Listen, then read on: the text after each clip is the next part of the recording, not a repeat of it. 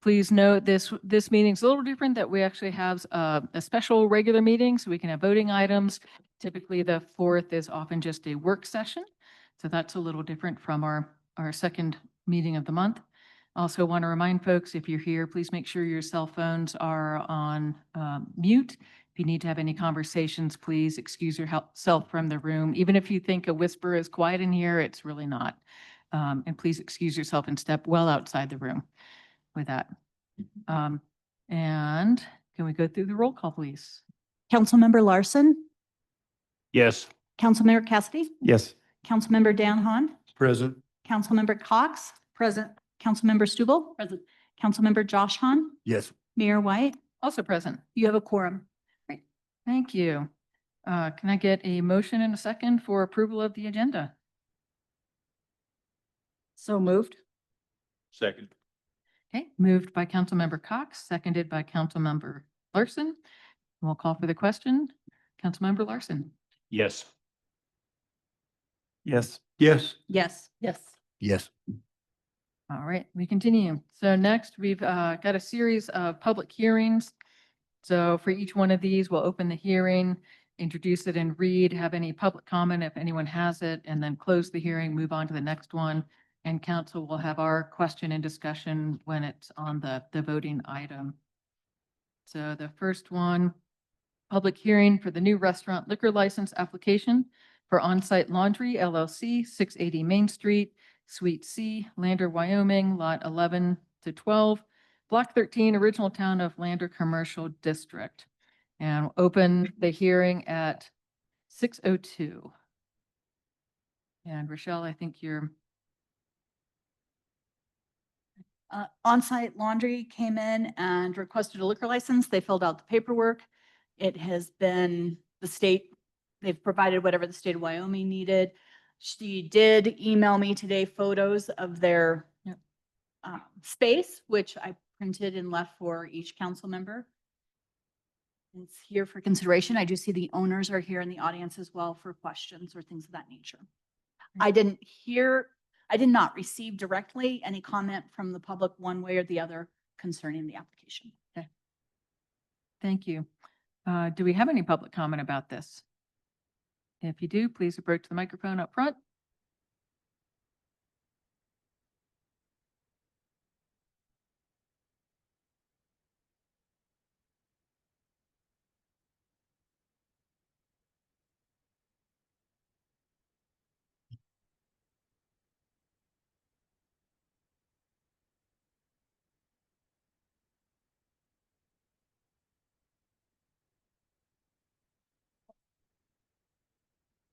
Thank you.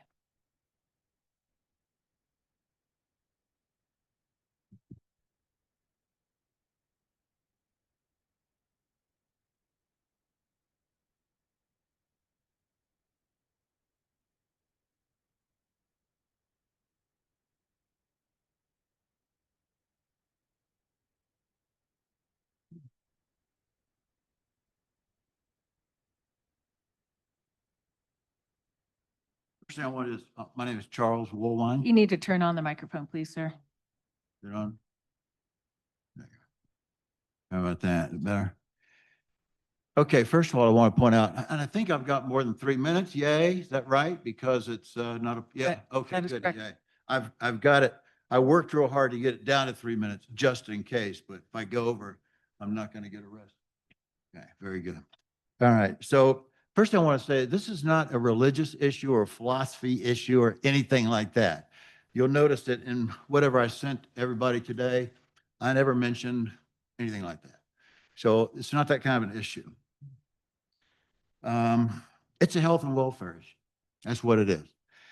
Current City of Lander mission statement: to provide a safe, stable, and responsive environment that promotes and supports a traditional yet progressive community, resulting in what? A high quality of life. Suicide is a major public health issue. Regarding suicide, alcohol is a major contributing factor, health and welfare. Of all 50 states, which states have the highest rates of suicide? And believe it or not, they're all west of the Mississippi River. Number one, Wyoming. Highest rate of all 50 states. Number two, Montana. Number three, Alaska. Now, I will admit that sometimes you check in Montana and Wyoming kind of flip-flop. They kind of, one day it's Wyoming, and the next 6 months it's Montana. But Wyoming right now currently has the highest rate of suicide, and alcohol is related to suicide. Locations of the current liquor licenses held within the city of Lander. Now, I just felt better taking the street number off, so, but you can see East Main Street, Lincoln, these are the liquor licenses we currently have. East Main Street, Lincoln Street, Course Drive, Main Street, East Main Street, Highway 789, Main Street, North 7th Street, Main Street, West Main Street, Tweed Lane, Lincoln Street, East Main Street, Main Street, Main Street, Main Street, East Main Street, Main Street, Main Street, East Main Street, Main Street, Grandview Drive, Main Street, East Main Street, and Main Street. And I got that off of you can see the www Lander, Wyoming thing where I took that from. Now, Main Street is 1 4/10 miles long. There is one liquor license for every 7/100th of a mile. Yes, you read that correctly. Not tenths of a mile, but every 7/100th of a mile, which is 369 feet. So for every 369 feet of Main Street, there's a liquor license.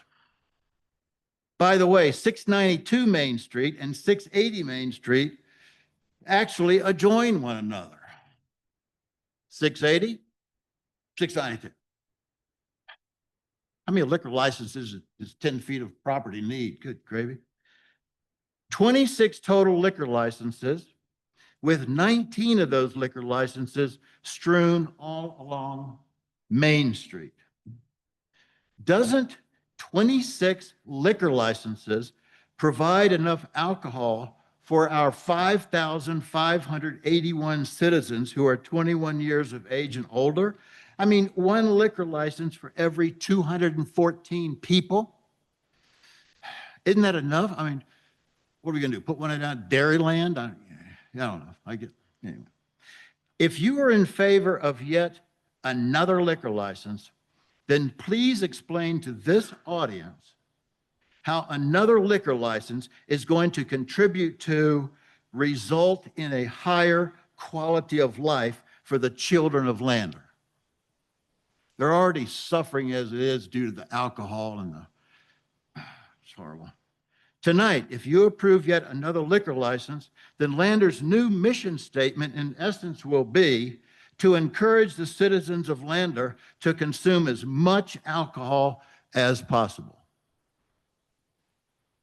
The opportunity of a lifetime must be seized during the lifetime of the opportunity. Congratulations. Tonight, you have an opportunity to do something good. I hope you appreciate and relish the experience. Thank you. Thank you, Mr. Woolwine.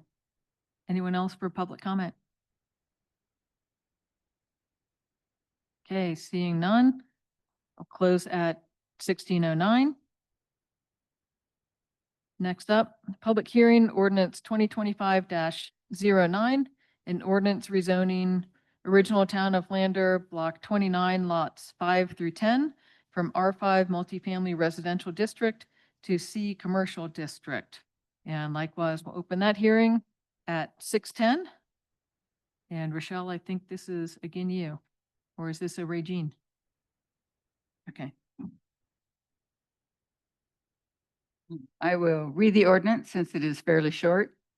Whereas there's been a request to rezone a parcel of property which is described as follows: original town of Lander, block 29, lots 5 through 10, commonly known as 569 Garfield.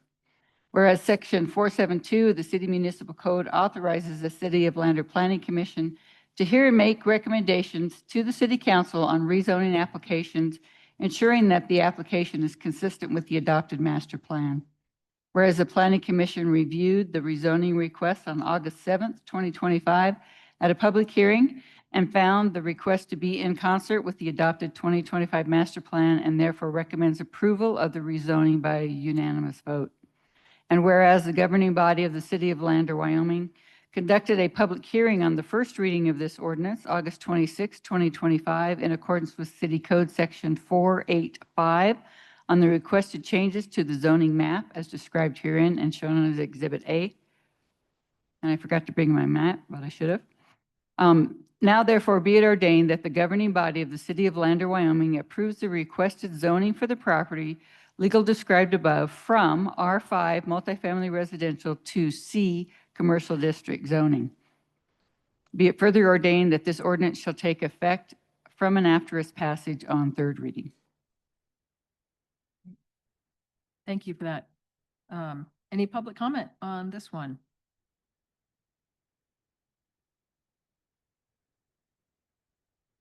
Okay, seeing none, we'll close the hearing at 6:12.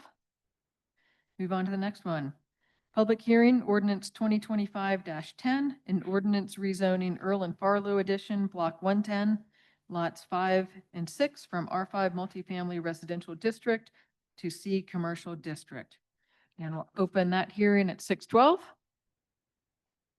And again, this is you, Regine. Thank you. I will not read all the words because they are essentially identical. This is ordinance 2025-10. Whereas there has been a recent request to rezone a parcel of property which is described as follows: Earl and Farlow Edition, Block 110, lots 5 and 6, commonly known as 765 Garfield, within the City of Lander, Fremont County, Wyoming. And if it's passed, the governing body by the City of Lander approves the requested rezoning for the property legally described above from R5 multifamily residential district to C commercial district. And the ordinance shall take effect after passage on approval of the third reading. Great. Thank you for that. Any public comment on that one? Okay, seeing none, close that at 6:13. Next up, communication from the floor. Please approach the microphone, state your full name for the record. This meeting and comments are electronically recorded. All comments will be limited to 3 minutes. If you have any public comment, please come up to the microphone.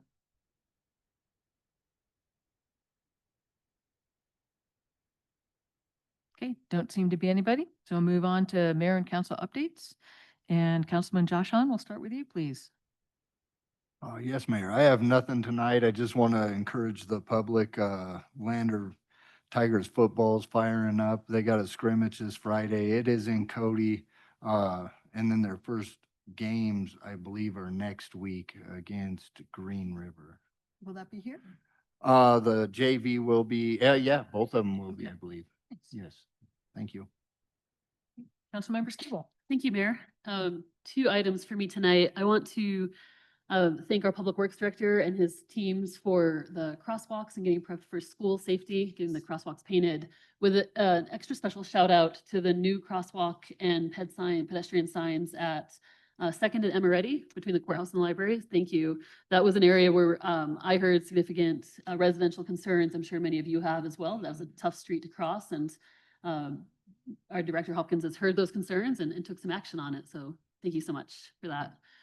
The tree board met last Thursday, so 4 days ago now, and some of that will come out in our debate on the ordinance, but asked questions about our first reading and the discussion that happened with the ordinance. We previewed some of the changes that you'll see tonight later and some of the amendments to that ordinance. And the group also discussed their interest in helping out with some of the trees up in Antelope Park that haven't been, we haven't been watering because of the water line issues there with the construction, but some of those younger trees might need a little boost. So they're going to work with our staff and see if we can work out if needed, a volunteer effort to get some of the trees watered on that property. Nice. So I know there'll be conversations happening there as well. And I think the rest of that update for tree board, we can, will come through in the ordinance discussion, Mayor. Great, thank you. Great, thank you. Councilmember Cox. Thank you, Mayor. Just an update in reference to LIDA. They are really good, healthy conversation at our last board meeting. Productive, I would say, but not enough board members to have votes, et cetera. So currently that's been a source of pain for the board to try to find enough board members to attend, but they had a really good conversation. And one of the aspects that they're working on right now is working on how to sustain ambulance service here in Fremont County. So that's one project that they're interested in and moving forward. So community members, look for input on that as well, because you will be asked what that might look like and how there's a pool of money that could potentially be available to help research that. So that's exciting. And nothing on the chamber necessarily. They are having their luncheon on the 13th, I believe. 12th, the 12th, that makes sense. The 12th. And then just a quick reference in city park trees. There's some major leaning trees I'm sure you're aware of. And I didn't know, years ago, we had talked about kind of, the reality of cutting any trees in city park is a little bit problematic due to the community aspect of them. And so these ones are on by where the new property is. And they're, I just noticed today that there's a significant lean to several of them. Is there a plan in place for those particular trees that anybody's aware of? Yes, and we are looking at removing some of the older cottonwoods that are really struggling in the park as well. So there are Okay. plans to remove some of those trees. And if you walk around, there's several new trees that are kind of growing up in the place. So the idea here is to take out some of those trees that are dangerous and problematic and then replace them yeah, with the same legacy cottonwood shoots in place of those and have them grow up. So we're working on them, and we'll look at those specifically Okay. in that bunch with Kevin and Jason, and we'll see if those are ones that they were thinking about taking in this next round. We're also looking at along the baseball fields. One's growing into the lights and it's problematic, and that one's going to come out as well as some limbing and some pruning. Okay. Thank you. You're welcome. Appreciate that. That's all I have, Mayor. Yes, Councilmember Stovall. Thanks, Mayor. If I could bounce back that, there actually was some discussion at the tree board as well about some of the aging cottonwoods there, not those specifically, but I know Mr. Reynolds is taking some notes. There was a tree failure, about a limb failure near the Lions shelter that they were addressing with park staff, and the plan is one that would be developed by the tree board of what to do with our aging and, problematic trees. So when you ask if is there a plan, there might still be one that's in the books, I imagine, from tree boards of the past, but that's certainly one that they're eager to get going on. Geez, I didn't turn it off.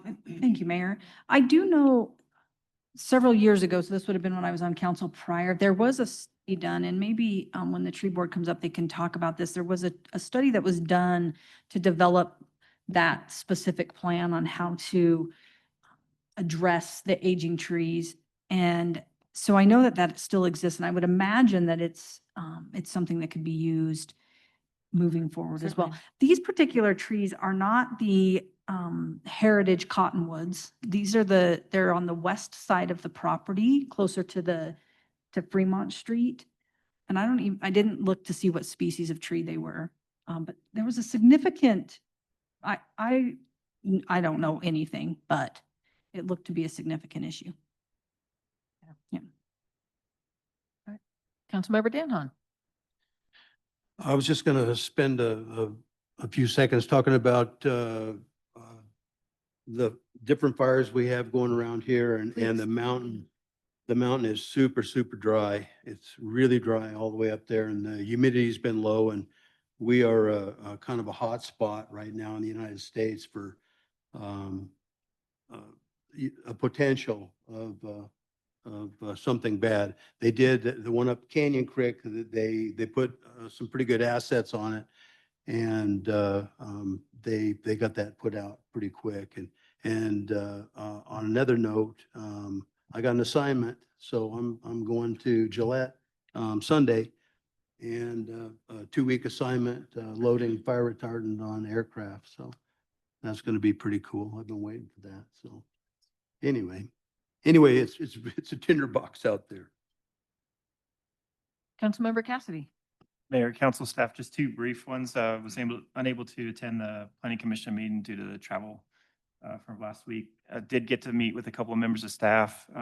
Really fruitful conversations on the financial process, some of the decision-making processes, and working also with Lance.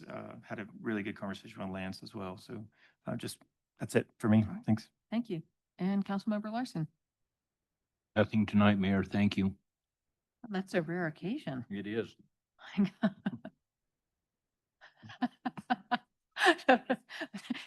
Your expression was awesome. Yes, please.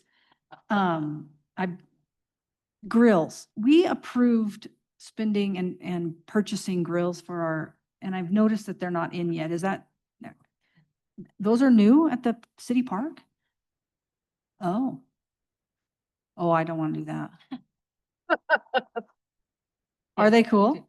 They just didn't, they were looking a little still worn out. Do you mean more. the small ones by the picnic tables or the big ones? at Big the one in the shelter? Lion Shelter? Yeah, yeah, those are Yeah, the ones okay. that Laura. has- I saw the new, there was signage on them that hadn't been there before, so I was like, okay, maybe that's, okay, perfect. Those are new. Thank you. Which is why they were due for replacement. They get used hard and yeah, they end up looking used really quickly. Yeah. Couple things from my end. Planning is underway for another 9/11 ceremony and Evan's been especially helpful in that planning process. Also, big thanks to Bruce Gallinger, who has been kind of stewarding that for a number of years now. And we've extended that invite to our neighboring communities because they don't have a formal ceremony. So we're hoping to have good attendance from other communities as well. And we do know that about 125 fifth graders will also be in attendance. So that's really nice to have that. One thing, this is a bit tangential for us, but one of the things I'm paying attention to, and I think it would be beneficial for all of us to, is as our neighboring community of Riverton is having conversations about what it would cost to have a rec center built, I think it's important for us to be paying attention to that because that likewise is a question that came up in our community master plan and why don't we have that? And I think we can, if we're paying attention to what Riverton is facing, I think that helps us frame why we too would have a challenge in doing that. Not to say we don't want it or value it, but there is a pretty big financial hurdle for it. And there's real information that we can use for that. Last week, I spent a good part of the day listening to the Corporations Committee, Legislative Committee meeting, specifically looking at the conversation about the public records request. My understanding right now is that it's not going to move forward. It could come back up again in the November meeting. But one of the things that, although I was not able to give testimony throughout the conversation, it made me very aware of and proud of all the things that Lander is doing to make our actions of the city increasingly transparent, from how we continue to have our Zoom meetings available. They're online. With our new Muni code, we can have time tags for folks to be able to get to it. And then our ability to respond to public records requests, which sometimes are quite complex, but we're able to do that in a very complete and responsive manner. So I'm really appreciative of what Lander does, and that's largely at our clerk, Rochelle Fontaine, does. So thank you for that. That's it on mine. We'll move to staff, starting with interim chief. Thank you, Mayor. I don't have much, small follow-up on the mental health side of things. I've scheduled a couple meetings with some local entities, Elevation Wellness and Responder Alliance, to start capitalizing on some local entities that will help us and prepare us and do some forework. So when we do end up in that incident, some of what I've expressed to them is they would be more of an air traffic controller, if you will, and directing them down to the path where they need to seek something if they do that would not be local. So that would reduce the stigma. Outside of that, I don't have a lot. I feel like I have a million things going on right now, but I don't even know where to begin to tell you what all of them are. But I'm open for any questions. Any questions? I just want to make a comment about an organization or an agency called Care Solace. And they act as a middleman brokerage, if you will, for all kinds of resources in relation to mental health as well as substance use. And it's something that we used the school system when I was there, but essentially you can call and they will broker services that are available in either your community or virtually, or, and it's based on what your insurance will pay for and that sort of thing. So it's something that somebody could access them without, without us brokering that service, if you will. So it's Care Solace and it's available via a website. But I could walk you through more of what that might look like as an option and a possibility. No, I appreciate that. I think some of the things I guess I've kind of ran into that I perceive as a hurdle is a lot of these local entities are wanting to step forward and provide their services for free. And some of that's problematic because we're going to come to a time where you have to make money for what you do, right? And doing a little bit further research, it would be specific to first responders. I mean, there's entities in Wyoming, one in Rock Springs and one in Worland for sure, that they specialize specifically in first responders. So I'm trying to figure out from the forefront how we get ahead of it, how we can put some planning and training into place of how to do the stress continuum and things like that. And then once we do get there, what our next steps would be. So if that's something that's there, I would absolutely love to know more about it. Thanks. Anyone else? Okay, Lance, we'll turn it over to you. Nothing for me tonight, but happy to answer any questions. Likewise, somewhat shocking that you have nothing, given all the construction. There's a lot projects. going on. I figured I'd leave it to you guys to ask questions about what. Any questions for Lance? So right now, water and sewer is in, getting close to Fifth Street. And I don't believe that we're going to allow them to continue past Sixth right now, without getting things buttoned up behind them. So utility wise, we're moving along. There's still ditch work and other drainage work that has to be done in the blocks they're working on. They're going to pave those two blocks together. So from Third to Fifth is the plan when they get there.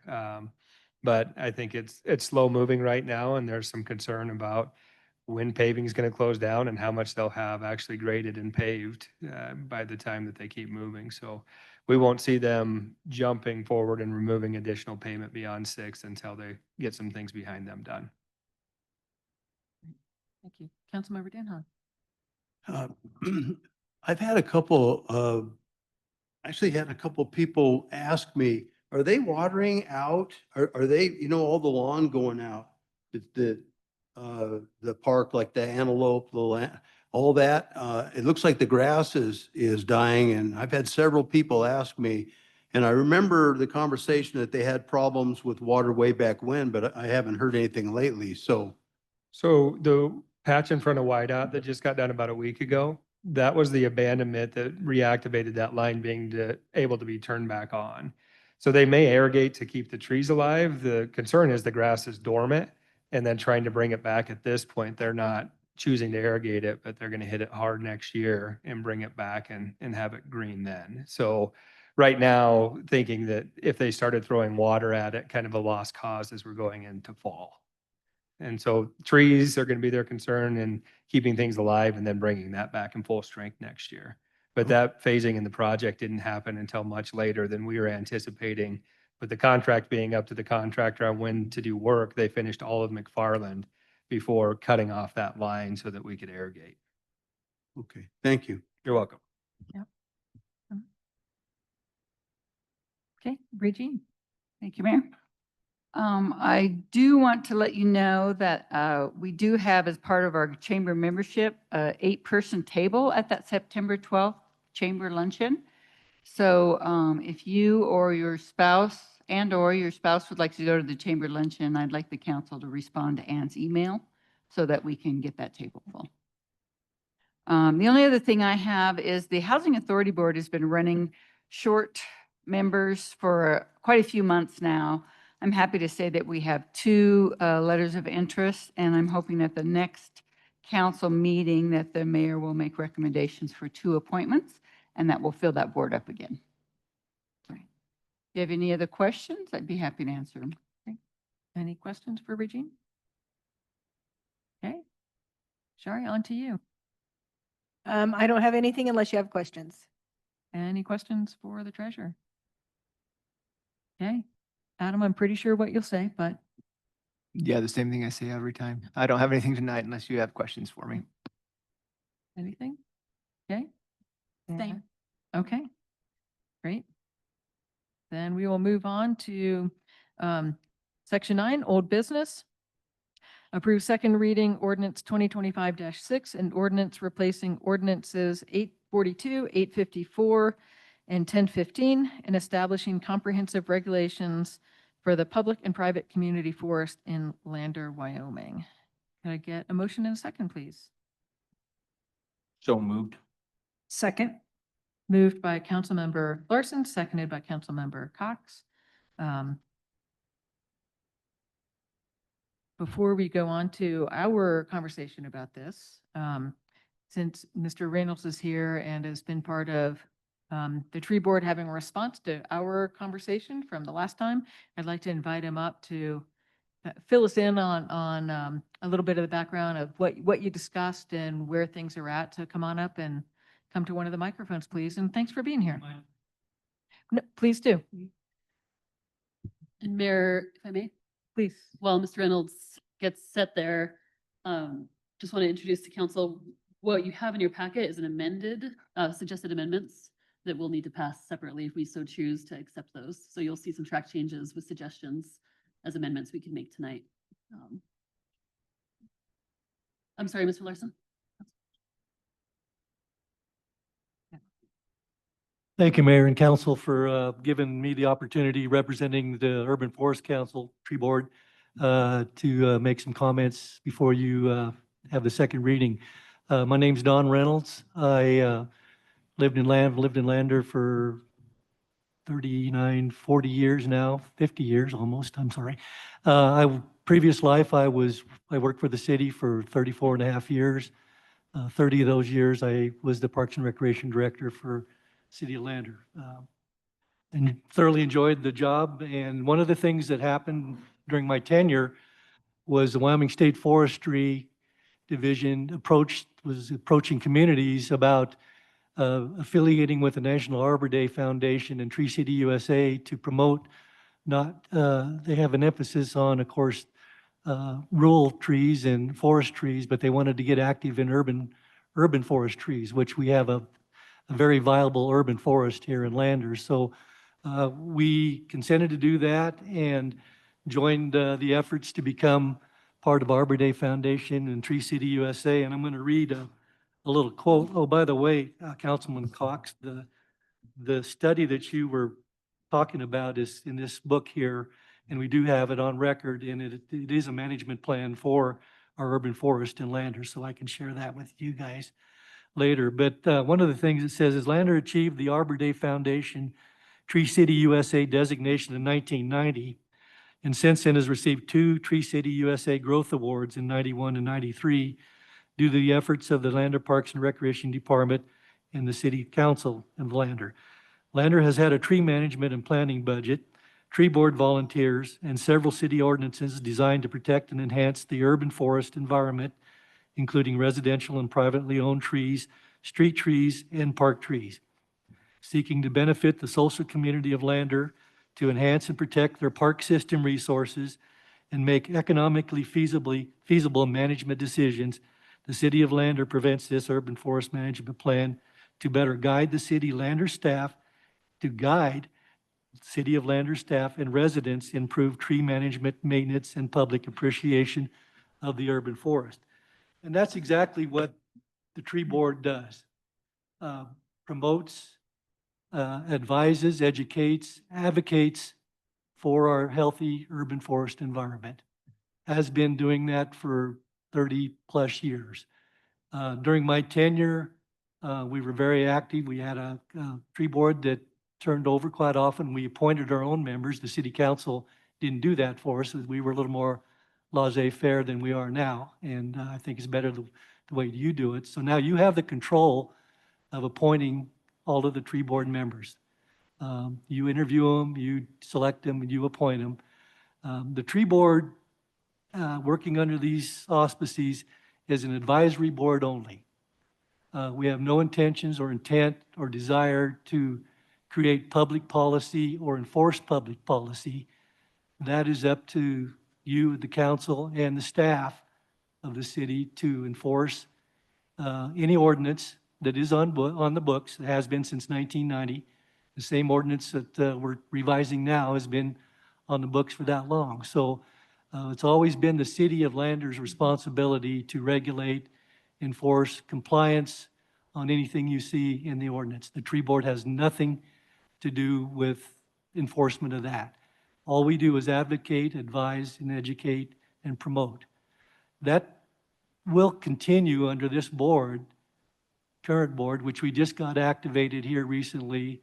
Well, we've been working on it for 2 years, but recently we have an official board with members and officers, bylaws, and now we're tasked by you folks to revise 3 old ordinances into 1 new ordinances, which were tonight. I could go on and on about what we've done in the past, but the benefits that the tree board has provided to the city and the Parks and Recreation Department far outweigh any bad decisions I think that has ever been made in the terms of the tree board being active. I can relate to a couple things. When I was director, I served as the urban forest manager as the Parks and Recreation Director, and so will Kevin Green, our director now, will be the liaison and the manager of the urban forest under these guidelines. I had several issues where I had to talk to people, and we advised the city staff, which we'll continue to do. I did have occasion to talk to homeowners about potential hazard trees on private property that may impact the health and safety of citizens in land or over sidewalks or parking lots. We resolved every one of those without conflict. We never forced anybody to cut down a tree. We talked to them, educated them. One example, I advised a homeowner to look up over their sidewalk to see a hazard tree that we identified. They contacted a certified arborist and pruned their own tree. Another incident, a person that had a tree failed in their yard that landed on their truck, squashed their truck. And they asked me, I sure wish we would have looked up a little more and asked somebody, is this a hazard? And a couple other situations where I visited with a homeowner on one side of the fence that had a tree that was growing on the other side of the fence. What do we do? Can we make these people cut down their trees? And I said, we can't make them. We can sure talk to them, show them what the problem is. And on one occasion, the homeowner said, well, I've got homeowner's insurance. If it falls on their house, then we'll deal with it. The other person says, well, I'm going to try to work out with both of us if we can come up with some money to get a certified arborist to take care of it. So the conflicts were minimum. The opportunities for the tree board to actually do positive things was great, and we tried to do that at every step of the way we could. We're a bunch of tree geeks. We look up at trees all the time. We don't look at birds or flowers or weeds. We look at trees. So the people on the board have a lot of experience, a lot of interest, and it's all to benefit our urban forest community. And I know there's some questions about authority and what could happen down the road, but again, you guys are in charge of appointing the board members, and you all are in charge of enforcing compliance and things like that. So it's our duty to try to just advise and keep our urban forest growing, advise the city park trees. We talked about that. We've done that a lot. I was talking to Kevin and Jason about the tree Lance was talking about that was growing into the lights, and it might be a hazard. So if I could answer any questions later, I'd be glad to. If you need anything else, we're at your disposal. Thank you. Very much appreciated.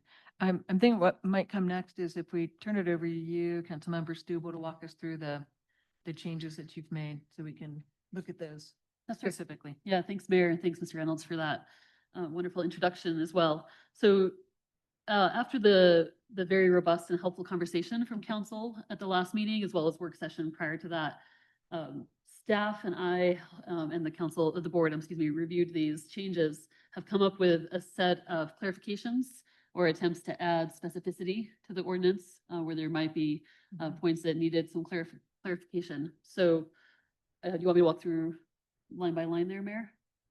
Would that be helpful to council for that? To Okay. go through? Yeah, Yep. seen some head They nods. are, especially if color is an issue, because it's largely in different colors here. So section 1, the creation and establishment of the Land or Urban Forest Council. We clarify here that we have still in the books on the ordinances, the Parks and Recreation board, but we don't currently have it filled. And so added the language here, that's a volunteer board.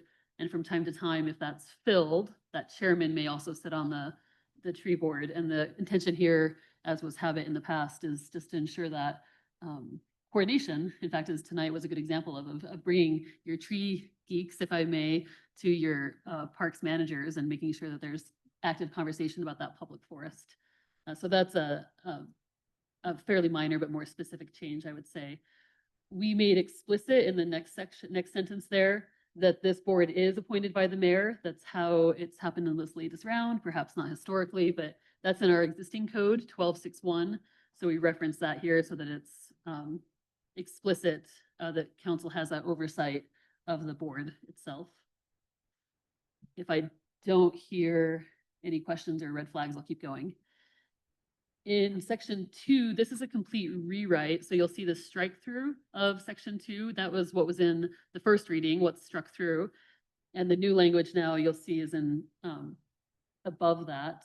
And it's an attempt, thanks to Ms. Juby Fossen here, for a very logical flow and dividing out those tasks. So it's not a substantive change of tasks or authorities or responsibilities, but it, I think, makes it more clear who does what and in what order. So again, the board is studying, is investigating, is counseling, is updating, and is developing this written advisory plan for the care, preservation, trimming, planting, replanting, removal, or disposition of our community forest trees.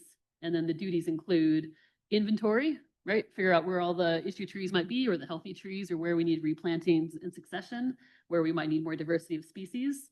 So inventory and produce a report at least once every 5 years. And I'll catch myself here, that is a slight but substantive change from the first reading, which was annually.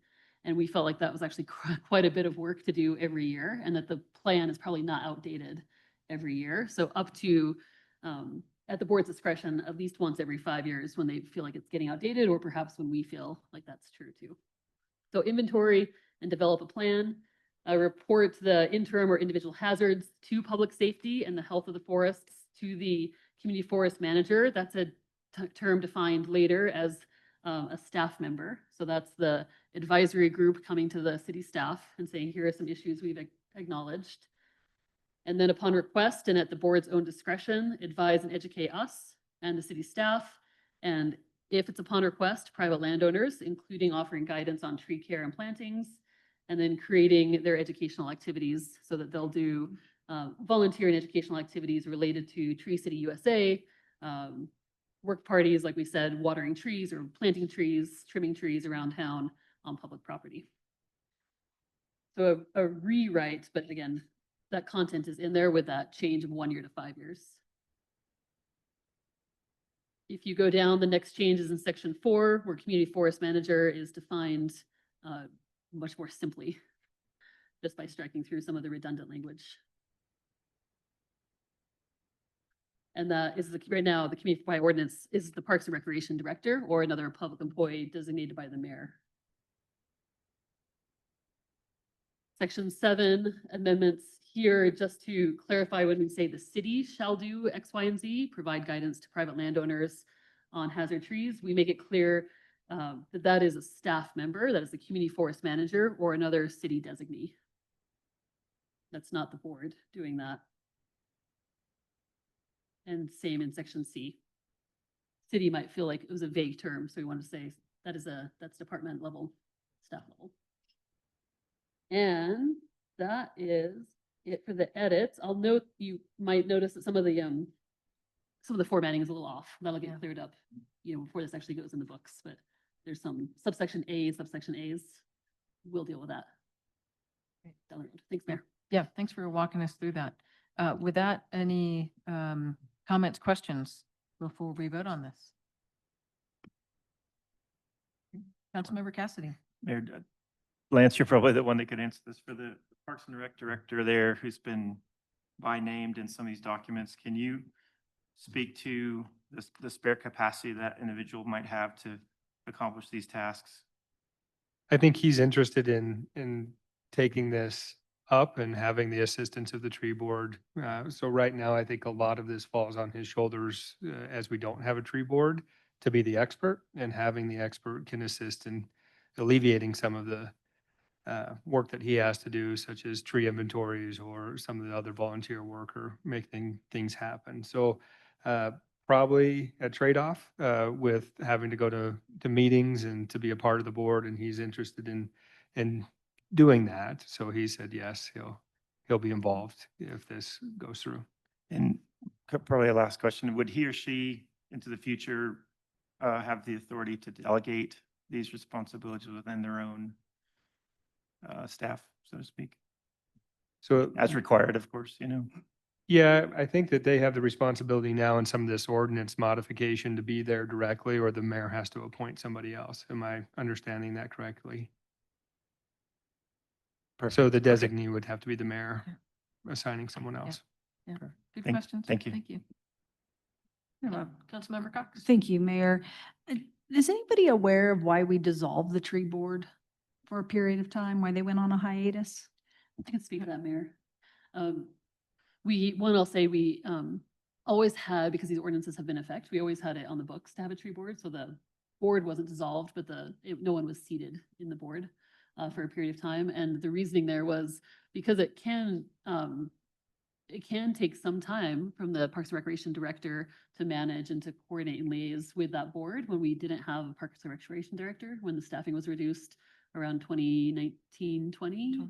Yeah. That felt like an extra workload that instead of putting on existing staff in that department, that were left to go hit pause for a little bit. Thanks, Mayor. Yeah, thank you. Anything else? Yes, it sounds really good. I like it. And I think the big turnoff for me on it, was during the first reading and we brought up the public and, what if they need a tree removed and the city tells them they have to have a tree removed? They don't do it, they have it done, the city bills them. If they don't have the money to pay it, the response was, we can put a lien on their house. So I think that was kind of a big, big no for me, if you're gonna, go as far as cutting down a tree and then possibly taking what somebody's worked for their whole lives, type of thing. And maybe I'm looking at it wrong, but that was my, I don't like that aspect of it, but, listening to what you have said and everything, it seems like everybody works with you and you work with them and, but otherwise, besides that little thing, I mean, it's, it sounds like a pretty good deal. I read through all of them. 1990, there was a slight change. They kind of added from 1990 to 1991. They kind of added Yeah. The part where they could go into private, but I mean, it has been around a while. Yeah. And that's Yeah. all I have. Thank you. Yeah, thank you. Anyone else? Councilman Danhon. Oh, I've been giving this a lot of thought, and I said a lot of things last meeting. I think the biggest thing here, I know a lot of the people on the board, and I totally understand where they're coming from. And I think if we're good stewards, I think if we go into this, really thinking about the homeowners, and if we do everything we can to try to correct problems without hurting the public, I think that's a good thing. You can always have the what ifs and the scary things, but I think that if we're all on board with being good stewards and trying to take care of the public and try to make things safer without breaking the citizens of Lander, I'm on board with that. And like I said, the only problem I just see how some of these boards go, and to tell you the truth, I mean, you can just go on and on and on with boards, but as far as this, the people on this board, I mean, they care. And so as long as the city has the same compassion as the board does, you know, I'm right there. I'm right there. So anyway, that's all I have to say. We just have to, we all have to work together, and when we have to have compassion in all this. Yep. So Yep. Agreed. anyway, thank you. Yeah, I agree. I think all of us want to be ahead of the curve, avoiding problems and educating so that we can avoid being in those situations. Because none of us enjoy being put in a punitive, either receiving it ourselves or meeting it out on others. So, yeah. Yeah. Yeah. Going on the streets to get, Yep. you know, with Lincoln, now I'm looking at everything. Are, yeah. Are you becoming a tree geek? Are you becoming a tree geek? Yeah. Yeah, yeah, yeah. I mean, just like, you know, City Park is the jewel it is because of the trees. And it's certainly during July and August, we're all appreciative of the shade we get from our trees. So, anyway, with that, let's go call for the question. Councilmember. Oh, Mayor, Nope. maybe, if we want to accept the amendments and we. Oh, right. Thank you. Thank you. So I can make Yeah. that motion, and I'll just say, well said, Councilman Han. Thank you for that. So Mayor, then I move that I always have to look at the lawyer here. I move that we amend the ordinance, let's see, 2025-6 in accordance with the changes presented in the draft for you today. Okay, can we get a second? Second. So amendments offered by Councilmember Stubble, seconded by Councilmember Cox. We'll vote on that first and then the whole kit and caboodle. Councilmember Larson. Yes. Yes. Yes. Yes. Yes. Yes. Wonderful. And now the whole thing, we'll start at the other end. Councilmember Josh Hahn. Yes. Yes. Yes. Yes. Yes. Yes. Wonderful. That passes. Thank Hey, you, Mayor and Council. Appreciate Yes, it. thank you for joining us. Much appreciated.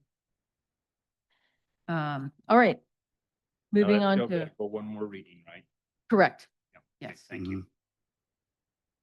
And because of the state statute that requires the timing from the first to third reading be a minimum of 30 days, it cannot be on our September business meeting because it's 28 days. So we'll have to wait until October for that. Okay, for new business, item A, approve first reading of ordinance 2025-9, an ordinance regarding rezoning original town of Lander, block 29, lots 5 through 10, from R5 multifamily residential district to C commercial district. Motion, please, and a second. Second. Okay, moved by Councilmember Larson, seconded by Councilmember Cox. Let's have discussion about this. Councilmember Stubble, I could see your hand moving there. Thank you, Mayor. I'm curious about the language. I'm curious about a few things here. And do we have the project proponent with us tonight? Thank you. Great. So first, a question though for staff. Regine, it might be you. Sorry, Ms. Truby Fossen. On the ordinance, there's language about how this was found to be in accordance in concert with the adopted 2025 master plan. Is that language, did that come out of the commission meeting, the planning and zoning commission meeting that they had that finding? I read the notes and was curious. I'm going to come up closer to the map I brought in. That is in the duties and responsibilities in our code for the planning commission, is that they can see and hear all requests in accordance with the adoption of the master plan recommendations, right? So the master plan recommendations in 2012 and even prior to that said that it was logical and responsible that the commercial zone grow out from its center core if it needs to grow. So that's basically the master plan tenant that the planning commission found that it was in accordance with. And I'll show you on the map.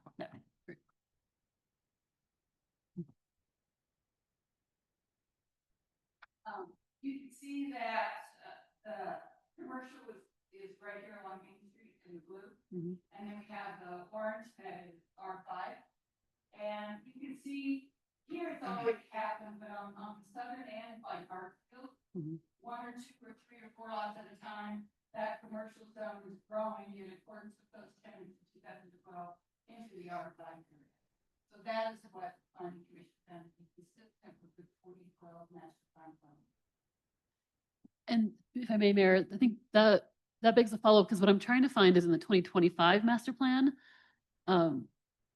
that language around commercial growth as well. And I ask because I have a lot of concerns around losing R5 here and the opportunities for higher density housing in town, which was a major focus in the master plan. It wouldn't be a surprise if the master plan has competing priorities, but that caught my eye. So do you believe that the growth, if appropriate, of the commercial zone is in the 25 plan as well? It's not stated as specifically it was in the 2012 plan, but the tenant is still there, that the planning commission should allow growth to happen as appropriate in each individual zone. Okay, Mayor, if I do want to follow up, so if the tenant is still there, then the master plan isn't fully replaced. The 2012 one is not fully replaced by the 2025 one? That feels confusing. Well, in 2025, it cited specifically that commercial could be allowed to grow into R5. It did. In Okay. 2025, it's more general, that all zones, if they have contiguous opportunity for growth, that they should be allowed to grow that way. Does that Okay. make sense? That does. Thank you. Okay. And that's an interesting conundrum of when this was done in 78, that it makes sense it would flow from Main Street, but then it is impeding our R5 areas, which is something we're increasingly aware of the need for that. Yeah, bit of an awkward one. Councilmember Cassidy. So you basically have 2 zones that are in competition for space, right? Neither one of them are prioritized against the other. Is that correct? And then I was getting a bit confused because you said that the original one from 2012 stated grow where able, if that's the best, easiest way to put it. But then 2025, it doesn't explicitly say that. Is that correct? That's correct. In 2025, it doesn't explicitly state growth of commercial along the Main Street corridor like it did in 2012. So with the revision of these strategic plans, what's the role of the previous plan and the guidance that it might give us? Is it now obsolete? Is it something that we should in any way be bound to? If there's a strategic plan 2025 and it's been approved, then the others are just shelved. Wouldn't that be correct? I can't answer that. I can tell you that since I've been here, the planning commission has followed whichever master plan was adopted. So, Got it. Okay. So it would seem to me that we would operate in accordance with the most recent one. Councilmember Larson and then Councilmember Josh Allen. Thank you, Mayor. So is there any prohibition of building multifamily dwellings on commercial zone property? there is not. Commercial permitted uses without any additional permissions include single family and multifamily residential. So Okay. that is already allowed in a C commercial district with no special permission. Okay. Councilmember Josh Allen.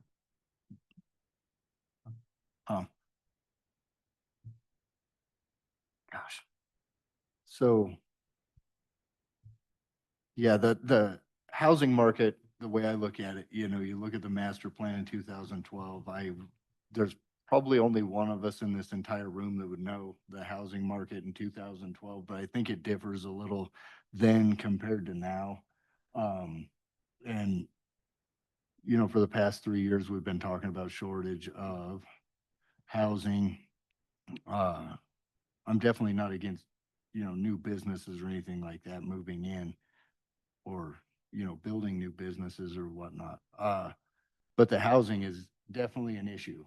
So, and this goes for other things we've been voting on, you know, where I have an issue, taking something that's R5 where we could have housing and moving it into commercial where, I mean, I don't know per se what it's gonna be there, but I know the housing market's changed a lot the past few years and a lot of things have gotten bought up and have turned into short-term rentals and everything else, which is taking housing from other people that need to move here for jobs and everything else. That's just my thoughts on it, that things have changed a little Yeah. since 2012. Thank you. Appreciate that. Councilmember Larson. Yeah, but I guess if the multifamily dwellings can still be built on commercial property, what's the harm there? Is what I'm asking, you know, is what difference does it make there? You know, if we can go ahead and utilize the commercial aspect, but then still have the ability to put the multifamily dwellings in there, to me, that sounds like the best of both worlds. Mayor, I'm sorry, did you want? What's the benefit of changing it to commercial if you're gonna build housing on it? Like, just a question, would that go for like apartment or something like that? Is that what is considered commercial or? So great question, and I'll answer as best I can, and Regine, feel free to back me up or correct me as needed for it.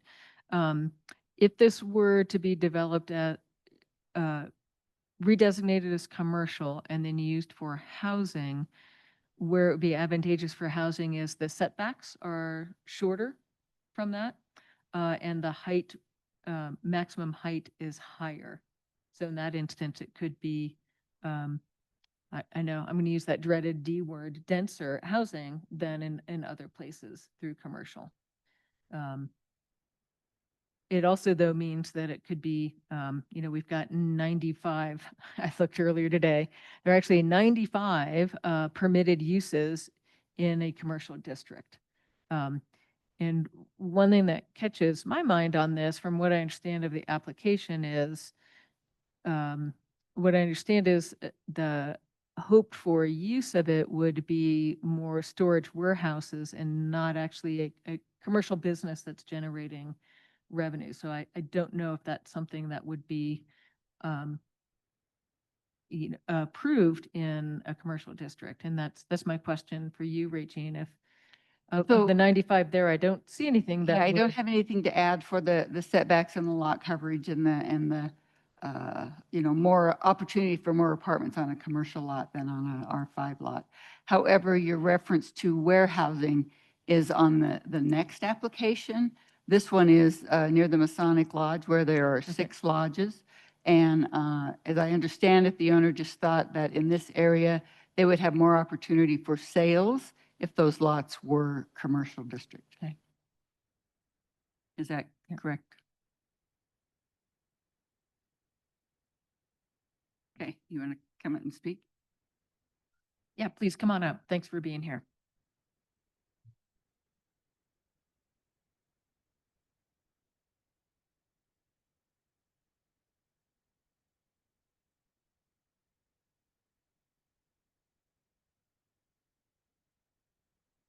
How about this? Yep, there you go. Okay.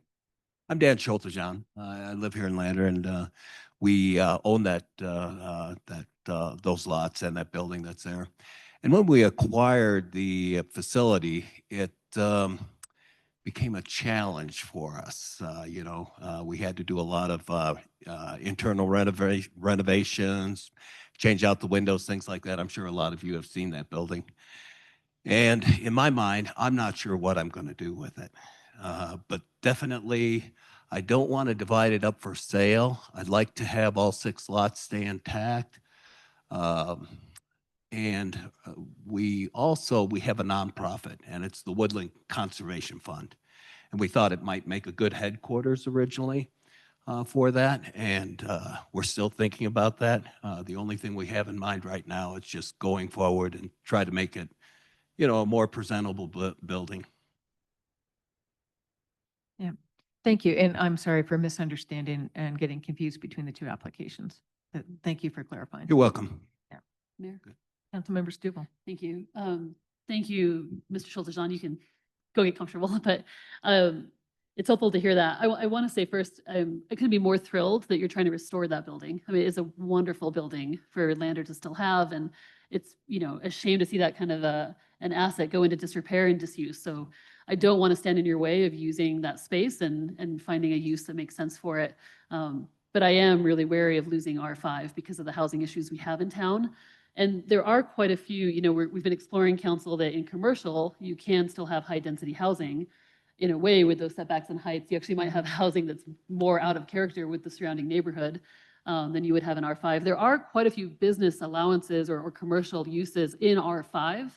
And it sounds, I mean, again, as you're kind of exploring ideas, I guess I'm not convinced that it needs to turn commercial where there could be some really out of character uses versus the professional offices or small scale. I'm just trying to look at R5 business uses. So I'm interested in hearing if you have a more firm idea of what might go into the building, and then let's see if it matches the R5 business use that's allowed. You know, clinics and nursing homes, childcare, motels, professional buildings, home business, restaurants are allowed there. Versus if commercial is the better fit then, but it's hard to make that big of a change, knowing what could come with commercial that would be out of place there, and that we lose that priority on high density housing without a very firm idea of what would then happen next. It could be right there. That changes me. There is a gym, I believe, in there, right? Okay, apartments would be awesome with a gym. Anyway, Mayor, I think that's where I stand is no today, Mr. Schultz-John, but I hate the idea that it's a barrier to your use and restoration of that building. So I hope, depending on where the vote goes here, we can keep talking about what could be helpful. Thank you. Other council members? I'm Councilmember very Cassidy. impacted by the loss of R5 as well, from the last 12 months conversation and the wrestling that we've had in the community. Part of that perhaps brought me here. I've listened to that, and I also am concerned about the loss because you'll never get it back. Great. Other comments, discussion points? I Councilmember do. Cox. You know, I can appreciate that as well. I just, I'm struggling to know. For a long time, our priority was to expand commercial, especially property that is in conjunction with Main Street. We've talked about it since I've been on the council. I'm sure Councilman Hahn has probably heard it and talked about it you've been on almost 100 years. Yeah. Well, I'm 100 years That's old. right.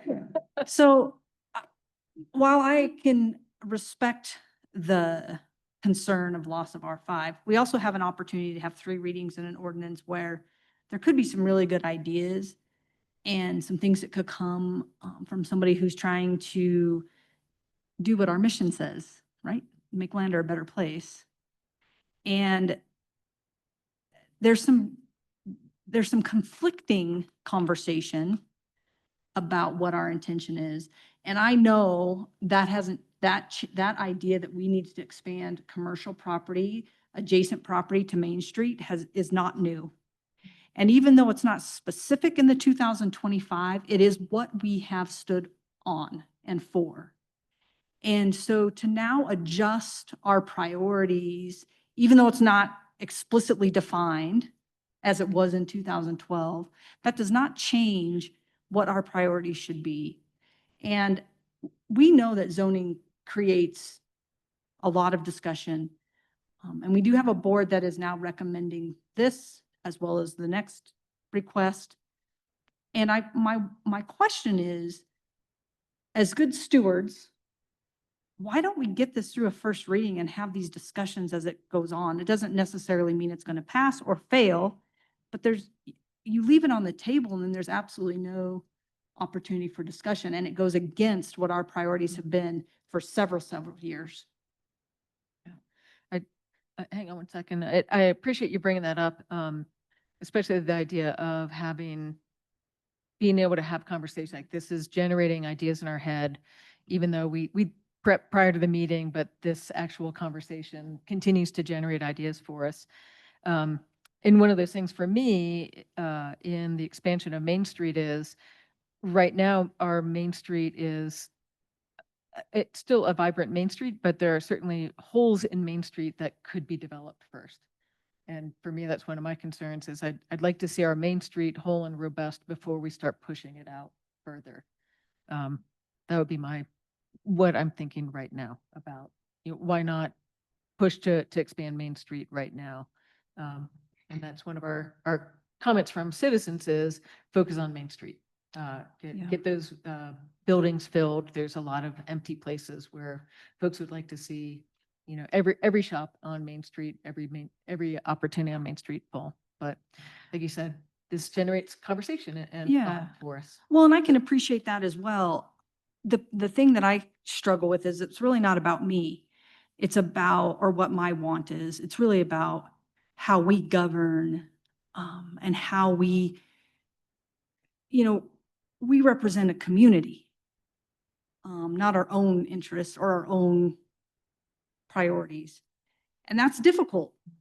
We sit up here and that's when we're a community representative, that doesn't mean I want. That means what's in the best interest of everybody. And leaving things like this out on table, I think is quite frankly not a good steward of our position, especially given we have a board that's recommending approval and we have an opportunity for further discussion in our procedure. We have a procedure in place that allows for a continued discussion. Yeah. Councilmember Dan Hahn. Well, the zoning has been a 7-year war. And anybody that's been around, it's been a hot topic. For me, this is super simple. I've never been on the bandwagon with, densification and all this. I appreciate new houses being built and all that, but these projects that we have before us, I think they're great projects too. So for me, it's really not that tough. It's really not that tough. But it is strange, and I said this last meeting, it's very, very strange to we've had this fight and this drive, and then all of a sudden, now we're pulling away. Now, I do like that. I do like that.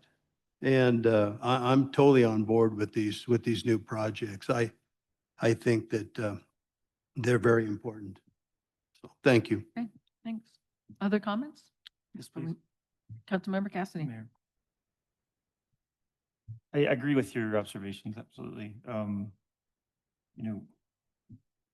What we're perhaps charged to do is find a balance that is probably exceptionally difficult to find, right? We have to determine how to identify priorities that are communicated to us, how to balance those when they compete. And I would argue that there's not a right answer.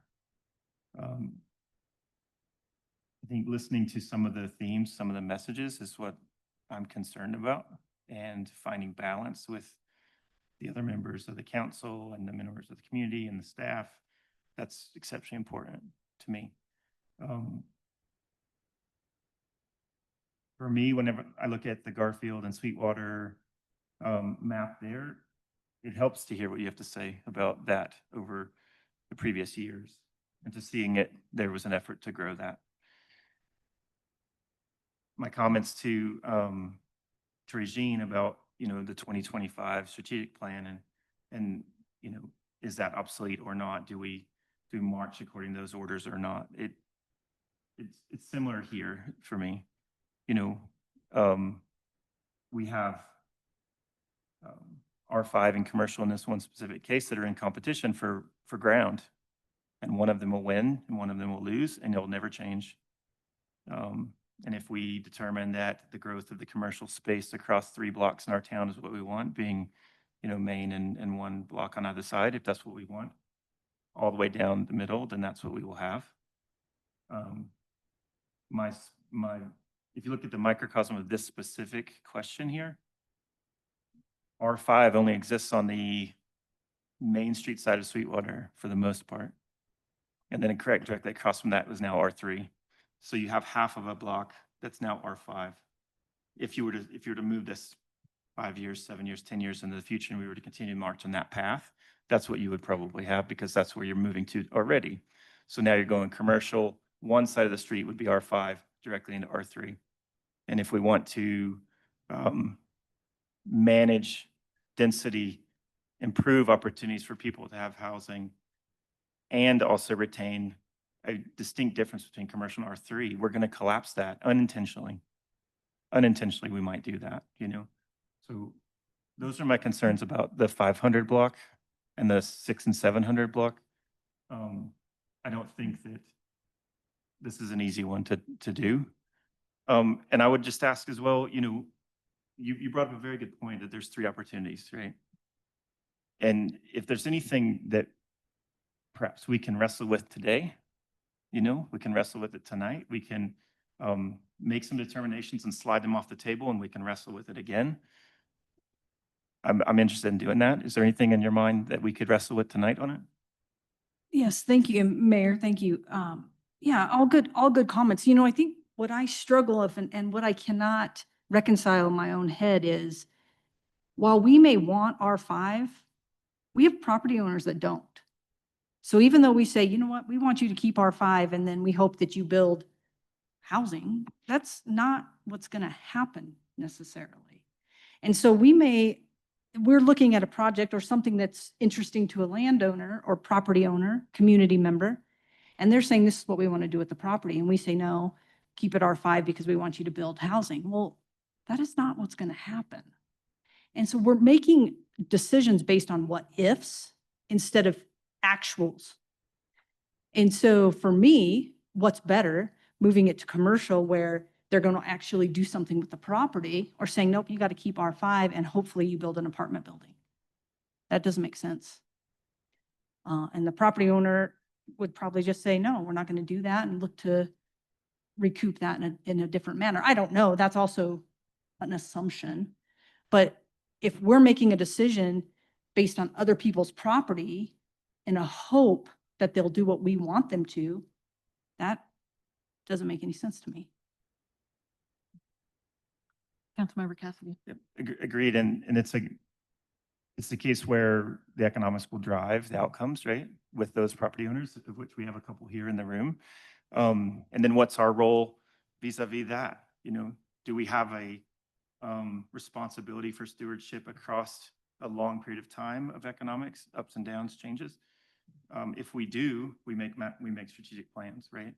If we don't, we let go of those aspirations, aims, that vision for what the city might look like, and we let the economics determine the outcome. And that's something that I don't know that that's what we want to do. I agree with you, absolutely. The economics will decide how those owners pursue the best for their property. But we do have some kind of difficult to describe, soft touch kind of control on what we want, right? On not what we want, but what the community wants, on what they need. Yeah, probably better put. Yeah, what they need. Thank you. Again, thank you all for a great conversation on this. And that's what I appreciate about our council and how we work. I'm going to call for the question, starting with Councilmember Larson. Yes. Yes. Yes. Yes. No. Yes. Okay, we will continue with a second reading for that one. Thank you. Moving on to item B, approve the first reading of ordinance 2025-10, an ordinance rezoning Earl and Farlow Edition, Block 110, lots 5 through 6, from R5 multifamily residential district to C commercial district. Once again, a motion and a second, and I suspect we'll have continued conversation. So moved. Second. Moved by Councilmember Cox, seconded by Councilmember Stubble. And let's have continued conversation.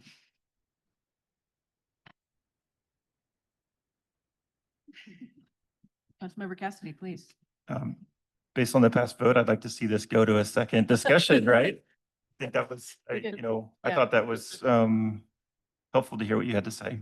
I think that we're going to agree and disagree in certain points through the coming discussions of this, but I'd like to see it go to a second reading. Mayor, is the sole no vote on that one. I think I'll explain that, because I've often followed that logic in the past. It's very good logic, right? The ideas come forward, the debate continues. The counterpoint that I worry about is stringing an applicant along for 3 months. If we're going to get to know, I want to, get us there more efficiently. And I don't know. I think we might be doing that. And so that's the counterpoint that informed my no vote there. I'm going to do a little quick thinking here as we proceed to second reading on this one, but I'll name that Councilwoman Cox, your point that the 2012 and then longstanding desire to expand commercial, and I keep, looking at this map because it's so striking, is still our priority today. I disagree. If that language of 2012 was that explicit in the 2025 plan, I would have debated that tooth and nail, because that strip of R5 is so thin. To say, is it in the best interest of the community right now to have commercial expand into that half block on each side, essentially with a few little chunks, right? I'd say no, not given the conditions we have for housing, not given the inability we have yet to find where the community appetite sweet spot is for some existing changes to inside the other codes for different types of housing options. I don't, in my view, and I love finding places where we can disagree on this, but I think that's a past priority, just given that I'm on this council today and who I'm talking to with what they want in town. I would have challenged that language in the 2025 plan. Thanks, Mayor. Yeah. And I think in this case, we do have a more firm proposal, right, of what the uses would be if this were to be commercial, and that is storage and warehousing, if that's correct. Mayor, maybe we can hear from the proponent. Yeah, please come up and make sure the microphone's on and fill us in. Is it on? Yep.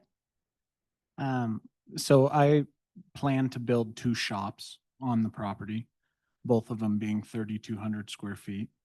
The reason for it in part is because my father owns Ace Hardware, and we need a lot more storage, not necessarily the whole 3,200 square feet of one of them, but storage is a hard thing to come by in Lander. You can get it out of Lander, but it's hard to find in town. When I started looking into this option, I've been reached out to by plumbers, electricians, HVAC, a grocery store owner, a furniture store, 2 dirt working companies, a brewery. I've been reached out to by a lot of people, and they need usable space. There is a lot of commercial space on Main Street, and I get that. You can't put things in them, at least not effectively. You can't put large pallets of things. You can't drive equipment inside. It's hard to get parking. So when I reached out to Mr. Piplica to see if I could buy these lots, the thought was, nobody's going to want to build housing behind this. You're staring at the back of Mr. D's. It's a very busy street. So if you had an apartment building or even just a couple of houses there, it's not the ideal spot to have a lot of children running in and out of the house and things like that. So that's the idea with it. One of them, I would like to use a portion of it for Ace Hardware, and I have several people that would like an opportunity to use the rest of the spaces. Thank you. I appreciate the info there. Other discussion from the council? I think that, Mayor, I think unintentionally, perhaps that's very eliminating on our industrial park. Yeah. Right. And that perhaps the efforts that have been put into fulfilling your desire and your need have not been met. Something that is very important because now if I understand correctly, there's a need that cannot be met. So there's the desire to, turn R5 into commercial in order to meet that need. So our efforts to help support fulfilling that have fallen short. And that's very important. I'm not claiming to be an expert on zoning, but we have asked a few questions. It does sound like I could build potentially shop buildings on that property as is for storage. But I don't want to be limited to that in case a plumber, an HVAC guy, an electrician, whoever that is, wants to run a blown business out of it and have an office. And that's really the reason I'm asking for the zoning. As far as my needs, I don't need it. Thank you. Yeah. Yes. George Pipple's source. So I had the lots. We just closed on them last week, but I've owned those lots for several years, and our intention was to build housing. We bought the 4 lots. It was right during COVID. It was right after you guys had just paved the beautiful street. I met with Lance, and they didn't want us to tear up the street and put 4 new water lines in, and the kind of like, oh my God, we just finished this, and now you're gonna do. So we ran into that issue, which we didn't stop us. COVID kind of stopped us with material and other things. And so we were working on plans. Well, over the course of that next 5 years of looking at this, every single time we designed a plan for residential use, no matter what we did, we had to face the back of Mr. D's supermarket. And it made no sense. It made it very unsellable to us to have your front window and your front door facing this huge block building directly there. Then lying adjacent to us was Boyle Electric, and then lying on the other side of us was the little Fremont County. Geez, you'd think I know, I shot BB gun there when I was a kid 50 years ago, right? But it was commercial, even though the BB gun or whatever that is, the shooting range really isn't commercial, but should be zone commercial for its use. Then Boyle Electric came to me and said, we really got to expand, and the cost not being able to expand and move right where we already are is huge to me. And basically, will you please sell us the land so we can expand in Riverton or in Lander to make that work, all right? I looked at that. I've been on 4 master plan zonings in Riverton over 35 years. So I worked a lot on master plans. Generally, your master plan of the 2012 is what we worked on many times in Riverton based on that, because you do want a Main Street corridor and you want that to be retail. You don't want that to be wholesale or secondary. A lot of your attorney offices, secondary offices like that, you want them 1 block off and you want them commercial. Because a lot of that type of, or even healthcare or even social services care, we work on zoning them 1 block back because that's not something everybody wants you. You don't want to be parking on Main Street to walk in for healthcare office. You want to be parking to walk in for an attorney's office. You don't want to be parking on. Those are why Lincoln or Garfield might be your commercial zones in many, many years of planning. Okay. I've developed and worked on the business park by Walmart in Riverton. And if you look at that plan, it's high density retail, then it's supermarket, then it's residential. Okay. So you're not really, in my opinion, affecting Lander by taking out an R5 in the commercial corridor. If that's 1 block over Sweetwater Street, absolutely, that should stay residential. It's separated by a city street, separated by alleyways, and you want your residential to have that walking distance, that 2 block corridor to when you're doing that. Somewhat to the same thing for the gentleman on 1 block in front of me, okay? I mean, truly, the old Masonic Temple building should have been commercial in its own right for years. To say that building's not residential or not commercial is kind of silly in the sense that it's been sitting there. And it needs room on both sides of it to truly be used the right way. If he did turn it into a community center or a huge church, or he needs parking, he needs the ability to do it right, he needs commercial zoning. He's not taking out R5, he's turning a lot to use for that benefit of that block, if that makes sense. So we did, and you rezoned, thank you, the 2 lots for Boyle Electric so that he could build. And you noticed he's got his trucks and he wants to build a warehouse. So then all of a sudden, the next 2 lots want to be commercial. I looked at that, I look at your planning meetings, and it says in that even our new one says, if it's contiguous. It is contiguous now. It's all commercial zoned if you do this from Boyle Electric for 5 straight lots. It's commercial in front and it borders the shooting range, which really should be commercial. We did our neighborhood walk behind blocks. Those clients, the Spriggs family, which I bought those lots from, did not want 4plexes in there.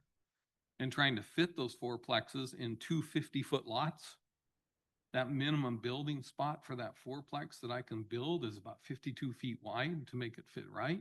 Then I can't get parking in 50 feet. So then I've got on-street parking. Didn't work. 4plex doesn't work on 14,000 square foot lots if you want off-street parking. So you're forced that. So the compliance of commercial and zoning, and as you're trying to figure this out, and thank you for your time. I mean, I've done a lot of it myself.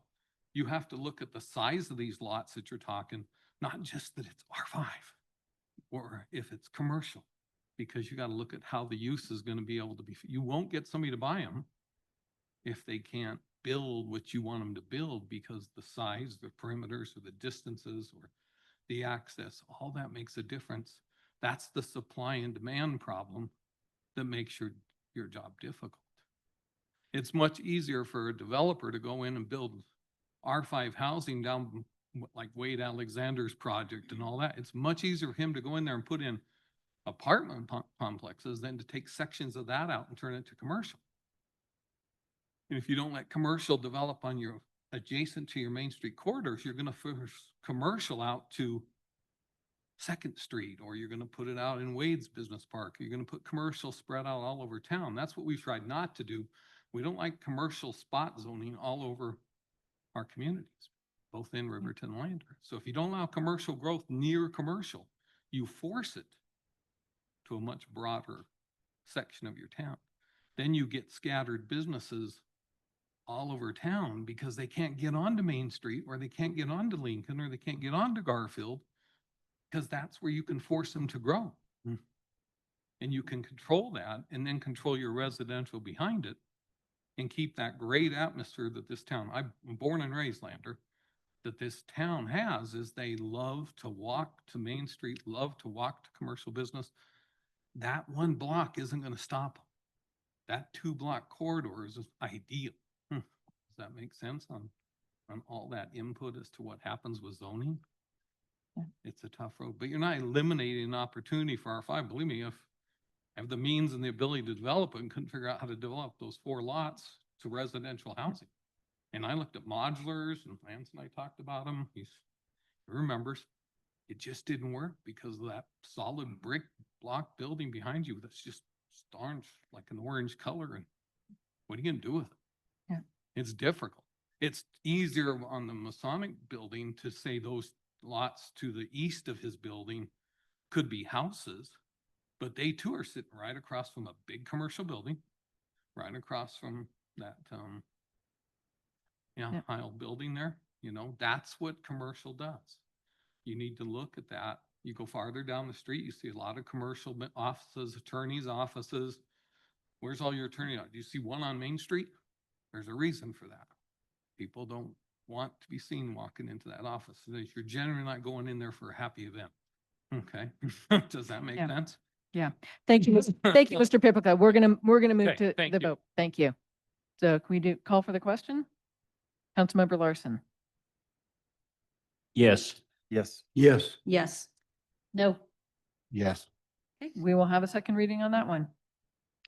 Thank again, y'all, for the conversation. So moving on, item C, approve the new restaurant liquor license application for the On-Site Laundry LLC, 680 Main Street, Suite C, Lander, Wyoming, Lot 11 and 12, Block 13, original Town of Lander Commercial District.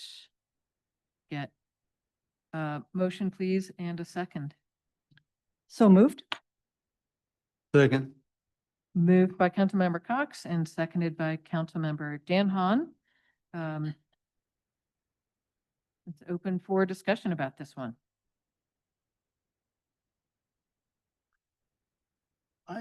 Councilmember Hahn. I'd like to ask a question. Is there any correlation between the amount of liquor licenses and consumption? For me, I think, you could Wow. have, it doesn't make any, in my mind, you could have just, 200, there's only going to be so much consumption, so they kind of pick and choose where they go. But does anybody know that answer? That's an interesting question. Yeah, I get what you mean. Does it detract from others people's business if you have more opportunities to purchase elsewhere? I don't have an answer for that. I don't.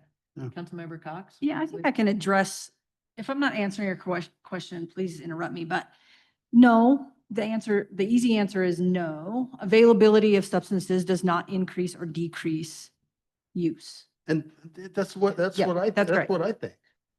The problem is we have a lot in our small community. And so there is a lot. We had a community member express some concerns, which I value those concerns.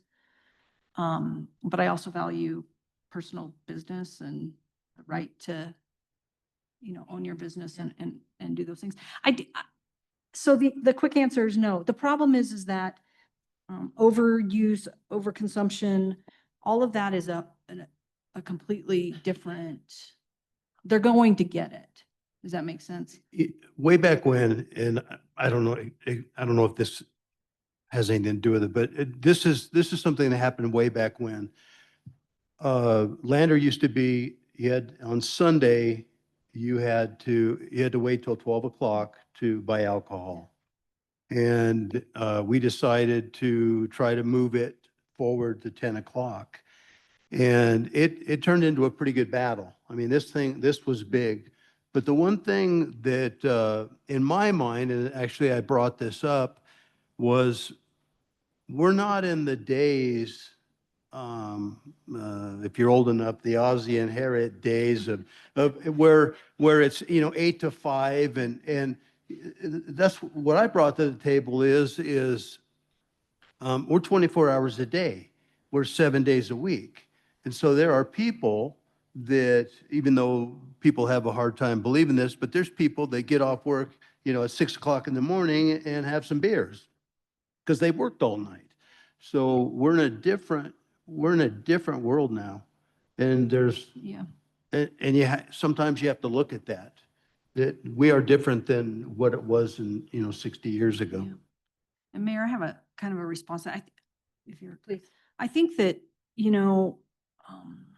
substance use disorder is my profession, and treating substance use disorder.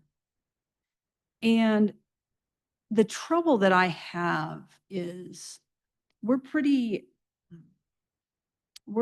a very alcohol-friendly community. We are not for those who are trying to abstain. And so the trouble that I have that I battle with is I don't know the appropriateness of a laundromat having a liquor license, but it's a business. It's a local business in town. It's a local business owner in town who's trying to make money. The other kind of struggle that I have is that alcohol makes money. And you could argue that in and of itself is reflecting why we have so many liquor licenses in town, because it generates revenue, which then means people are using it a lot. If you can sustain 27 liquor licenses in a community of our size, although I will say there are less bars than there once were. I mean, we had Vicks and we had stock grower, the one we had some shady places. But doesn't it come back to it? You almost have to answer the question. correlation between X amount of and consumption, because that's where it's at. If it makes it a difference, then it's concern, then there really is a concern. I think that the answer isn't as simple as that. And I know we have an expert in the audience tonight who's lived and breathed trying to figure out prevention in Fremont County and how we can address substance use and alcohol being the number one. I mean, I think we would like to say, for a period of time, it was methamphetamine, then it went to opiates, and alcohol's always remained a constant in our community, and it is a large killer. I mean, it honestly is. But the reality is there are a lot of people who use alcohol that don't abuse alcohol.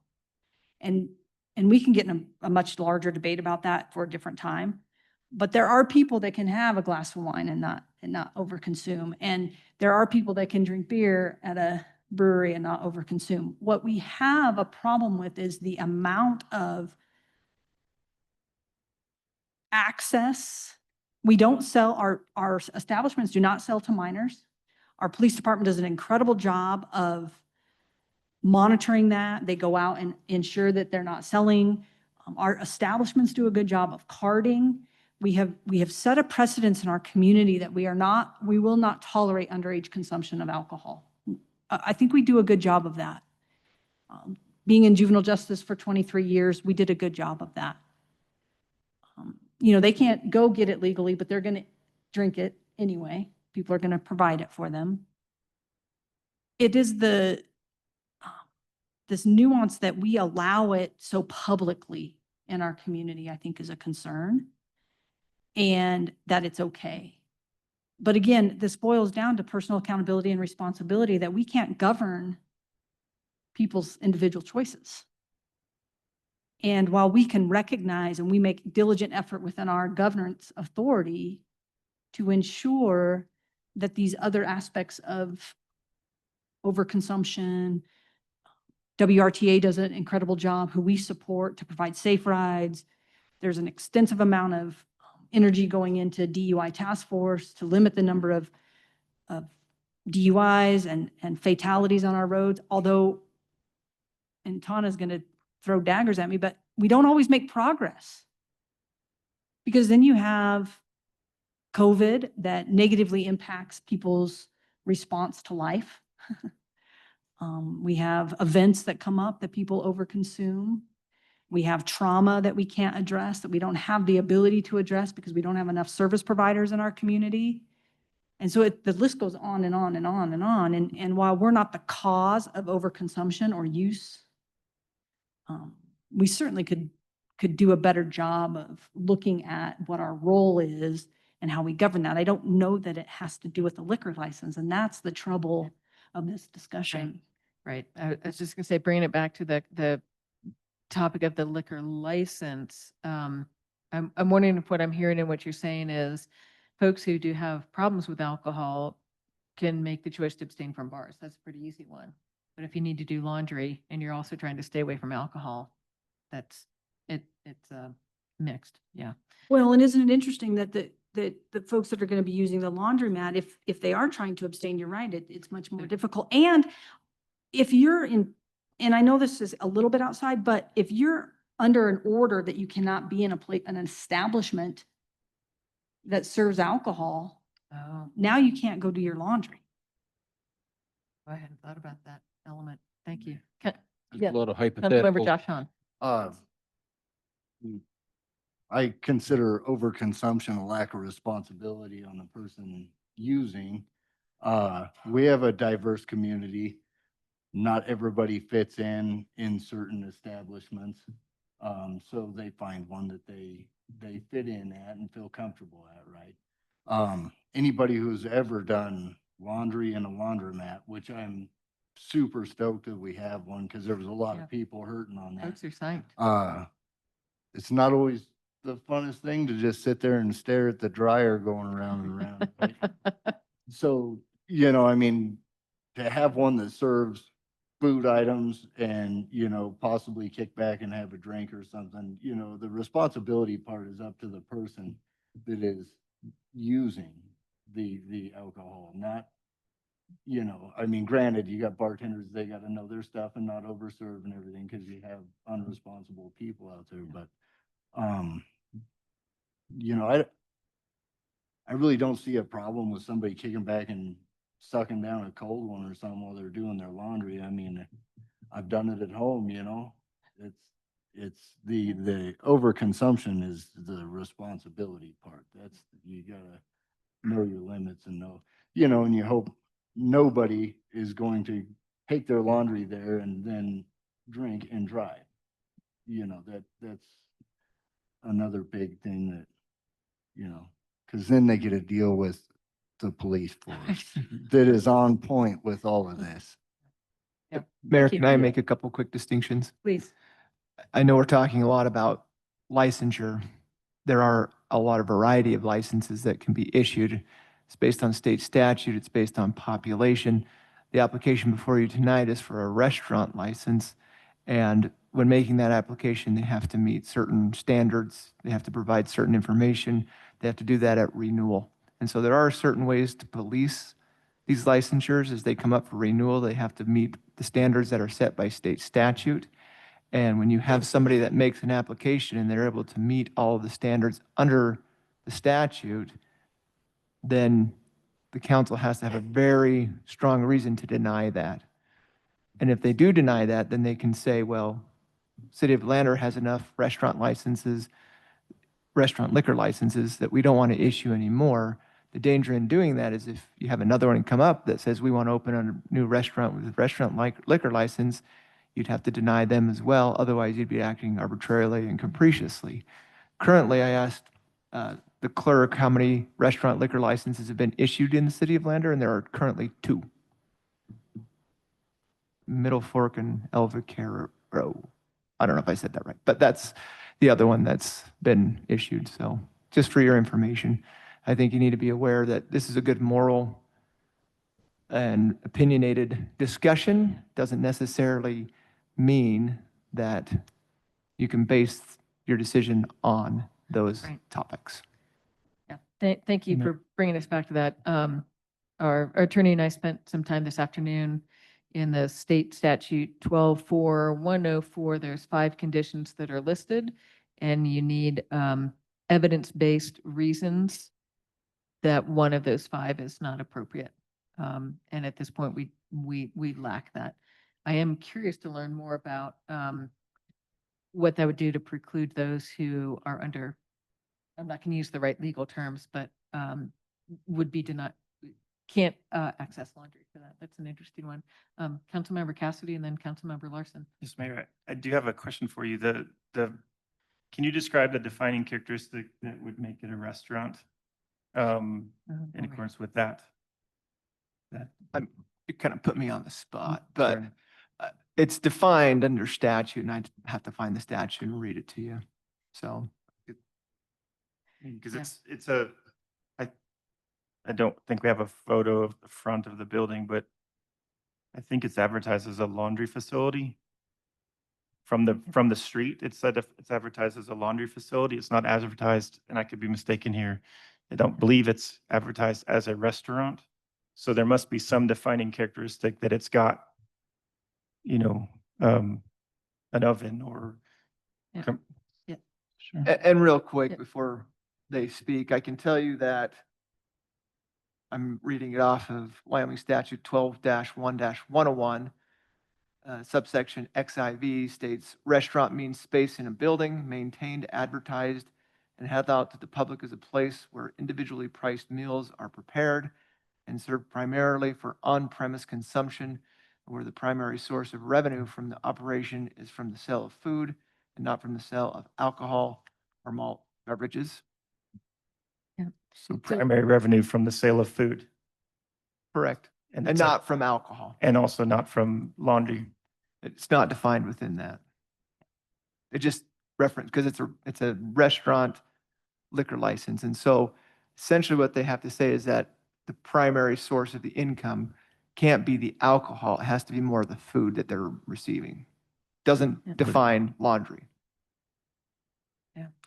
And you bring up a good question. So Councilmember Larson speak, but then Hunter, it might be helpful to have you come up and talk about One of the things that Councilmember Cassidy touched on is its current permit is as a laundromat, and what would it need to do to also have licensure as a restaurant? And I think Hunter can speak to that. So Councilmember Larson will give you a chance Oh, first. Adam answered my question Okay. about the arbitrary and capricious stuff, and that was my main thing. Yeah. Oh, one other thing, is there a limit to the number of restaurant licenses that can be issued in the town? We could create a limit, but there is not one created. It would have to be something that city council would state for the benefit of Lander, we will have no more than X number of. Okay, so So- we're three right now. If We're- this one we're- passes, Yeah, if this one passes, there would be three. And I'm guessing that we would think that, or I would think that it would be appropriate to have more than three restaurant liquor licenses in Landers, so.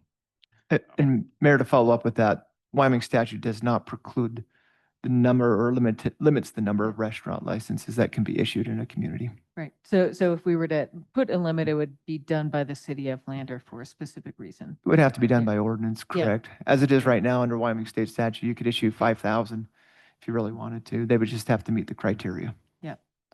Yeah. So Hunter, can you come up and talk about that process? Let's have Hunter come up first, please, to explain that to us where we're at.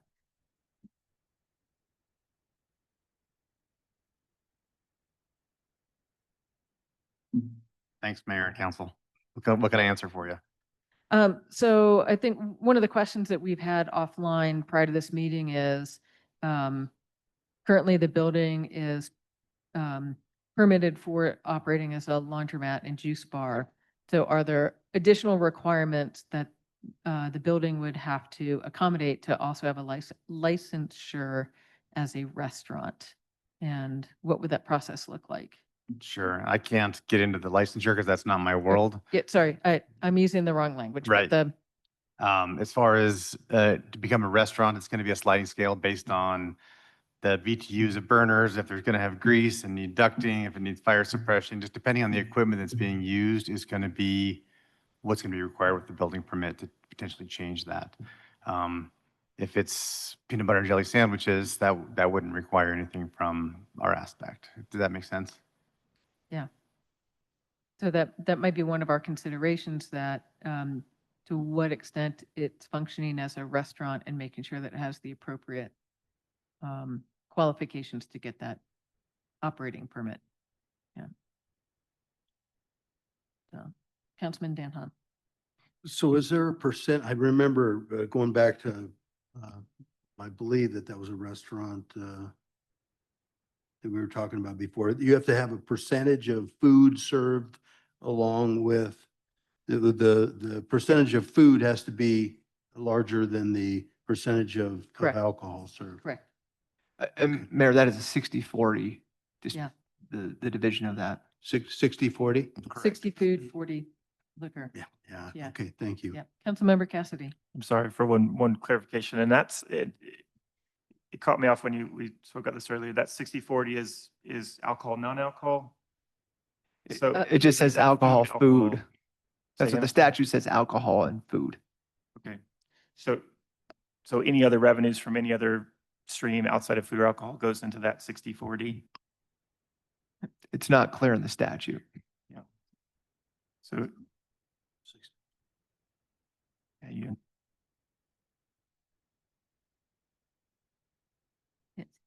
And maybe I'm not understanding your question clearly So, enough. I'm sorry. So- So my question is if you were to, if it's a laundry facility. So they'll have to split it in half is what we're saying. So if they're putting everything under one umbrella, they're going to have to parse that out and say, we made so much money from laundry, and that's going to be separate. Out of alcohol and food, they're going to have to sell more food than they are alcohol to be able to maintain their license. That's what I was That's the saying. Yeah, difference. awesome. Did I answer your question Perfectly. better? Thank you. Okay. Thank you. Mayor, I still have some information I'd like to Councilmember entertain if I Stubble. could. Thank you, Yeah. Mayor. And this might be a question for Mr. and Mrs. Thompson. The photos are really helpful. Thank you. I think as we're trying to, double check, make sure that the way you're going to run the restaurant and the liquor dispensing is in line with code.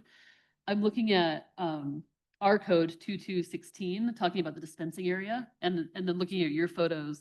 So thank you, of alcohol storage and mixing, right? Correct. It looks like that's like a area at the end of the bar, and the whole bar is where the food is also being prepared. Yes. And the boba and the ice cream. Okay, great. I wanted to make sure I was clear on that.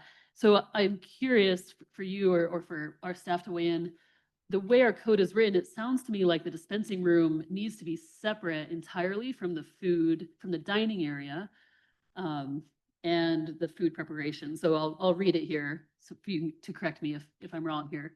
Alcohol and malt beverages shall be dispensed and prepared for consumption in an area upon the premises separated from the dining area. So that seems separated by the bar, in which the alcohol and malt beverages are served. No consumption of alcohol or malt beverages shall be permitted within the dispensing room. And that's where I'm tripping up a bit, because your dispensing room looks like your dining room, that it's just one room with a bar running down the middle. Can you clarify your understanding of that, or could we have somebody weigh in on that spacing issue? My understanding is that it can be a divider, and the requirement is they don't want the customers to see you making the drinks. Also, they don't want the displaying alcohol behind the area or anything. That's why the alcohol storage is down under there. And then we built that divider for the mixing area. Okay, tell me about the divider. Maybe I'm not seeing that. Is that a wall here? Yes. Okay. Okay, so that would block the view. Yes. In your yeah. view. Okay. No, it Got it. comes down and around and blocks the public view Okay. of the mixing area. I see that more clearly. Thank you. And I'm curious, it's a follow-up here on the code around your employees. Employees that are under 18 cannot be in the dispensing area, but that seems No. very, like We don't have any employees that are under 18. so you won't hire in the future anybody under 18. Okay. No, they don't. Great, because that feels like a Be 20. continuous bar there then. Yeah, it would be illegal to have an 18-year-old. Okay, great. We agree. Thank you. And can you tell me, Mr. Thompson, you've had liquor licenses with us in the past? What types and how many? We have had this, if this one passes, this will be our fourth restaurant liquor A license. fourth restaurant. So we're very well aware of the requirements, and our previous three had zero issues, and we're renewing multiple times. Okay, thank you. That's helpful to hear as well. That's all the questions I have. Okay, anyone else? Okay, call for the question, Councilmember Larson. Yes. No. Yes. Yes. Yes. Yes. Okay, motion passes. We'll have a second reading. Yeah. Oh, actually, no, we don't have a second reading. Sorry, my bad. Yeah. Okay, so next up, approve resolution 1367, amending the job description for the police chief. Thank you. Mayor, do you want me to? Yes, please. So Councilmember Stubble. Council, you probably thinking, didn't we just do this? And you're correct. And I am a little embarrassed to say I woke up the next morning on Wednesday and thought, oh, I missed something. It's pretty important to me. And the mayor was kind enough to agree there was some degree of importance for us to consider adding and debating here tonight. So it's not common. I hope it's very infrequent that we pass something and bring it back to the next meeting, but I apologize. I wasn't swift on my feet. For me, there was something missing in this job description that is very important as we make a new hire. It would have been important a few years back as well. I was a little surprised it wasn't in there, but that our chief and our acting chief now and our former chief and chiefs in the past, I assume, I didn't see them in action, played a role as a very public official, right? That was out there building relationships with community, addressing citizen concerns, visiting with folks who have issues, had a skill set with a high degree of emotional intelligence, frankly. Feels technical to say that, but it's the term that comes to mind. And served with an interest of trust and transparency in the department and in the city. And those were language, that was direction that was missing in this job description. And so I've made that suggested change here on page, there's no numbers, but the second page. So adding to essential functions, building positive working relationships with community members, the media, other stakeholders to foster trust, serve as a primary departmental spokesperson for media inquiries, and assumes responsibility for all public relations coming out of the department. promptly address community member inquiries and concerns, ensuring a positive and responsive approach to public feedback. I was, again, a little surprised that wasn't already in there. I know we've seen that action happening from existing chiefs, but I wanted it to be explicit as we, consider, as we look at hiring a new chief. These are priorities we have for somebody serving in this very external, community-facing public role. Now, the corollary there for me was wanting to hire somebody that had a degree of experience in that. And so as I've had conversations to understand which ranks within police departments and within these agencies take on some of those more public-facing roles, public official roles, those are captain or above, assistant deputy chief roles. So that's added in minimum qualifications 1B to match the, as we again seek to have a chief that continues in that practice of building positive relationships, building trust, and can handle media inquiries, with professionalism and community member inquiries. So that's the addition I'd like us to make. Thanks for that explanation. Other points for discussion? I do. Councilmember Cox. Thank you, Mayor. And I don't like this language, and the only reason maybe this could be answered rather quickly, in Wyoming, do we know how many departments, police departments, sheriff's departments, highway patrol have the rank of captain or an assistant deputy chief? Is it the majority? Couldn't speak to that. I think. I believe it is. Councilwoman Cox, I don't have an exact answer for you, but yes, it is the majority or more. It typically, in my experience and what my knowledge of it is they have one or the other, a captain or an assistant chief. Very small agencies, if you look Shoshone, Manderson, like that, they end up with either a sergeant or a lieutenant. But all of the agencies, not even our size, if you go from Buffalo, smaller than us, they have a captain and all the way up. The ranks actually grow as the department gets bigger, from corporal to sergeant to lieutenant to captain to commanders to, historically though, all agencies have what they would call their second in command. And it's generally a captain, or like Laramie just had their deputy chief retire. Thank you for that clarification. And by way of our own department, how long have we had a captain? Two This- years? Yeah. It'll be 2 years now. Prior to the captain, we had a lieutenant that filled that second in command role. Okay. So this language does leave out that lieutenant language. Is that necessary to add or Councilwoman Stubble, are you not in favor of adding a lieutenant? I think Councilman Cox, great question. I think as long as the lieutenant rank is one that is also fulfilling these more external facing duties, either at times ad hoc as a designee or in general, and is not just an internal focused position, then yeah, lieutenant makes sense to me. So Interim Chief Wah, can you illuminate as to what a lieutenant That matters. usually do? Depending on the department size. Is it possible that a rank of lieutenant at the right size of the department has done some forward facing with the public? Yes, that's a plausibility, depending on the size of the department. As you all know, most of my experience, especially in this level, is shared in there's an operations lieutenant and a support services lieutenant. The support services lieutenant in Sheridan generally acts as the public information officer on major cases. So in the bigger agencies where you have a lieutenant that's overseeing, we'll say, a division, they get a fair amount of public facing forward. A lot of that is strategic planning and things like that, but they would have to come from a fair size agency. Then If that helps you, I don't know if that muddies it for you or not, but. I would say then I'd be, adding lieutenant to the list here, captain and lieutenant or assistant deputy chief.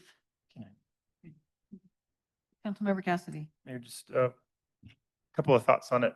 Firstly, I would challenge the verbiage that we're starting off with by saying that every officer and person on your staff is outward facing. Okay, I would like to start there. They all interact with the public. They are all external facing. It's a matter of degree. It's a matter of professional development. And that's a continuum.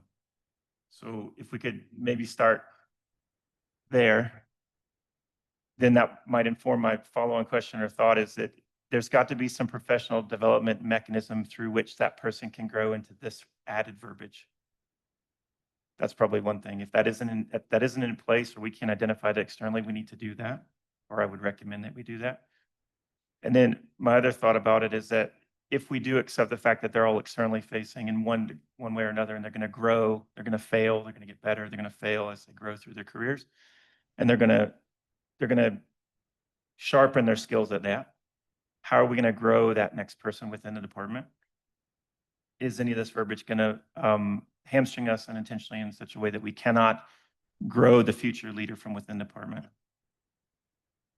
So my direct answer to your very last statement is this verbiage going to hinder that process? My answer to you is no. And my answer is no, only in the sense of a direct, something that I've done since I've been here is I've dissolved a sergeant position to create 2 corporal positions. And that's my long-term projection as we start growing you internally at a baby step of leadership first.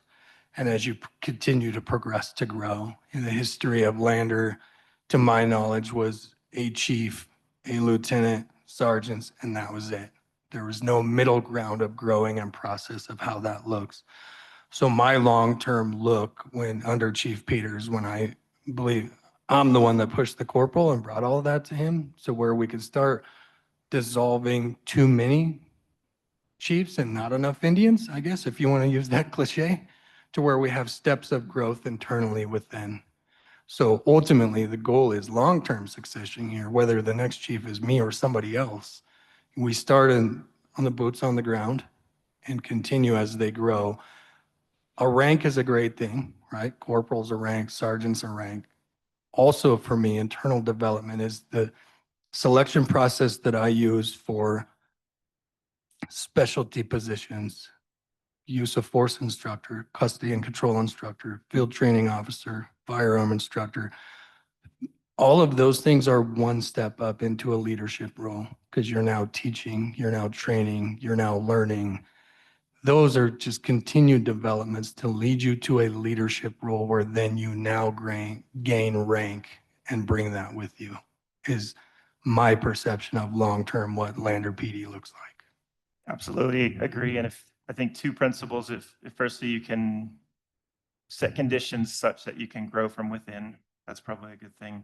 And if you can build depth on the bench for unexpected loss, that's probably a really good thing. So I just want to make sure from my point of view that we don't unintentionally hinder ourselves with some verbiage that in the case of an unexpected loss, we're kind of stuck at hiring out external, you know? So if we broaden the aperture in our language, but we still meet the intent, I think that's important. I think quite possibly that, I guess my opinion, if I'm understanding your question correctly, some of that could be handled within the job description that we as the city use of what is a corporal, what is a sergeant, what is a lieutenant, or whatever it may be, and what are their requirements within that job description. And I think if we have those spot on, I don't feel like we're hindering ourselves by a specific rank or above that's eligible to be the leader of this department, right? We're talking about the ultimate leader at the top. Is he taking us in the right direction? I guess my concern, if I can weigh in, my own personal concern of at the rank of sergeant, you have sergeants in agencies of 5 people that have no forward facing, no budgeting, no strategic planning, no nothing. Are they eligible or do they qualify where we as the community of Lander want them to lead this department into the future? Never to take away from anything that Chief Peters did, except for skyrocket us starting moving forward. And I would assume that we as the community of Lander only want to continue to grow and be better and drive further into the future. And I think people at the rank of lieutenant, captain, whatever you guys choose or hire, have had a window of these things moving forward. Coming here, getting the job of the chief of police in Lander, is not the time to be at the training ground of leading an agency into the future. Just a quick follow-up question. Do we currently have a lieutenant?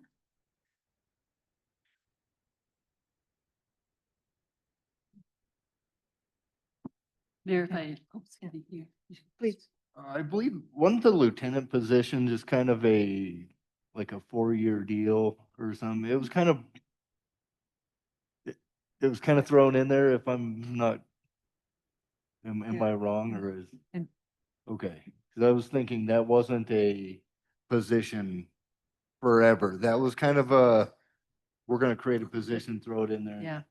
Okay. Jim Carrey. Yeah. Chuck Carr was Okay, Jim Carrey. so- So, and then Two time? Batumi was, yeah, we had. Yes. Yeah. Yeah, Okay. so I'm going to bring us back to this one. So we have the opportunity for amendment to change the language on minimum qualifications 1B to include lieutenant. Do you want to make a motion for that? Sure. Can I ask one specific question? Just, are any of these waiverable? Any of these minimums in the process of hiring, or any of them allowed to be waiverable? That's not a question for me. I think it's the equivalent Yeah. combination of education. Or, Like preferred but not. right, so somebody meets all the requirements bar one, and do you have the flexibility in the hiring process to say, you can, as the person trying to gain the job, you apply for a waiver and then that's accepted in the hiring process? Or is it a hard minimum as it's written? I would say that C, equivalent combination of education and experience, would give you that.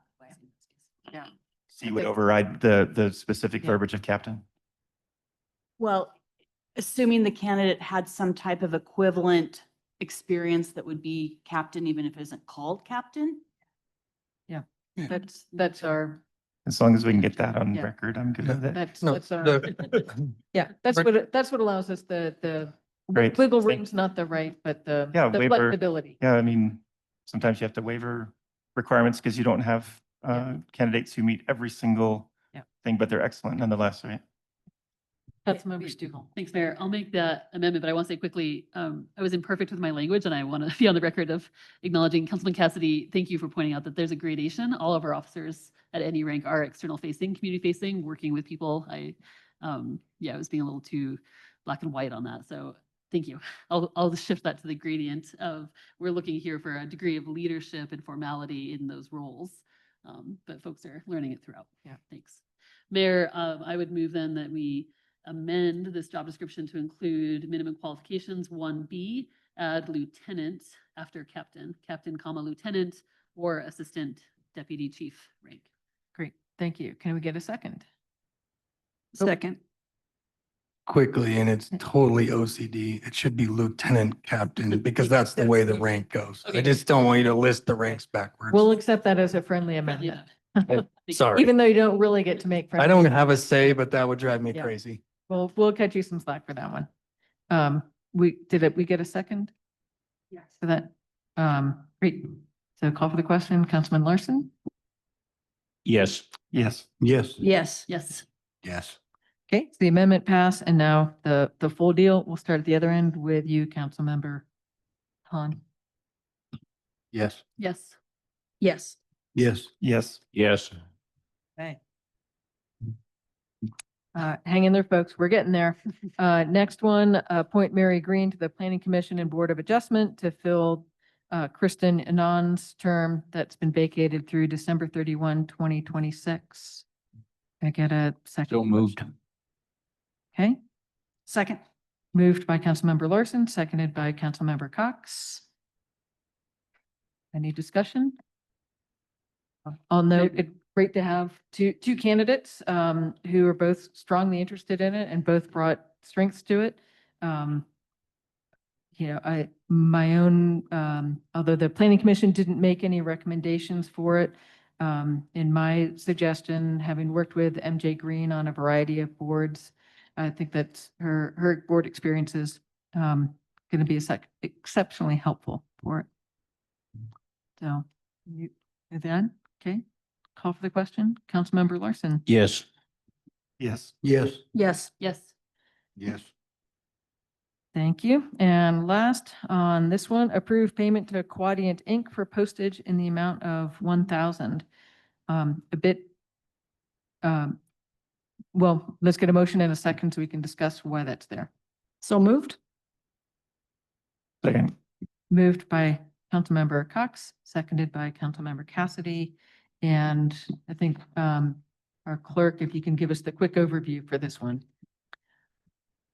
It was a timing issue. The postage charges are sort of they're not an ACH, but they happen, but they don't happen on a regular basis. So it didn't make it in Kevin's bills and claims, but it's due. So I noticed that it was in the listing to go in the minutes for last time, but it wasn't in the bills and claims that you approved. So we're asking for approval to pay it today. Great. Thank you for the explanation. Any comments, questions? Okay, start with Councilmember Han. Yes. Yes. Yes. Yes. Yes. Okay, now the big question that passes, I should state. For the record, can we get a motion to adjourn and then we'll go to our work session? That would be lovely. So Move to adjourn, Mayor. so we've got move by Councilmember Stubble, seconded by Councilmember Cox. This quick call for the question. Councilmember Larson. Yes. Yes. Yes. Yes. Wonderful. Can we back in and, 5 to 7 minutes would be lovely.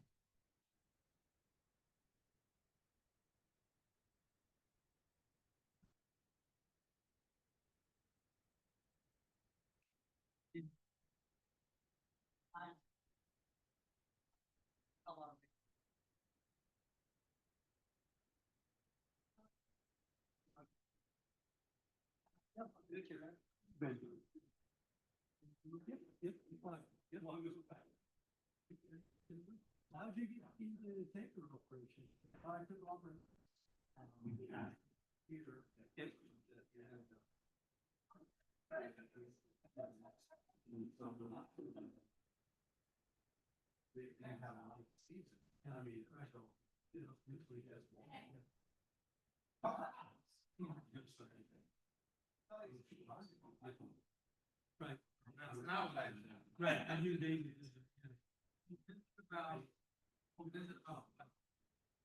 That was something thrown in my. Yeah.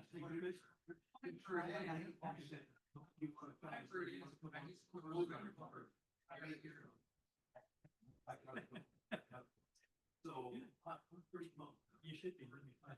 Great.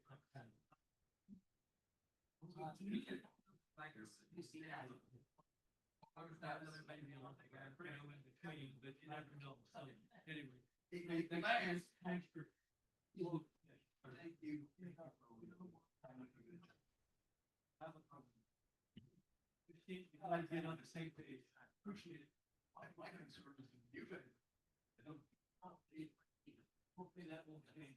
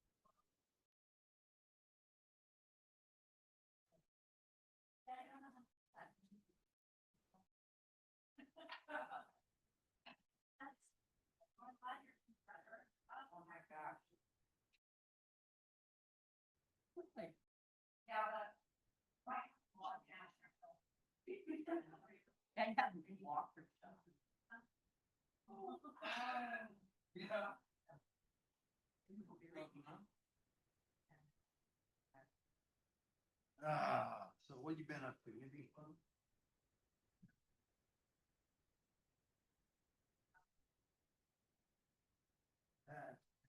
That's one. That's a shaky.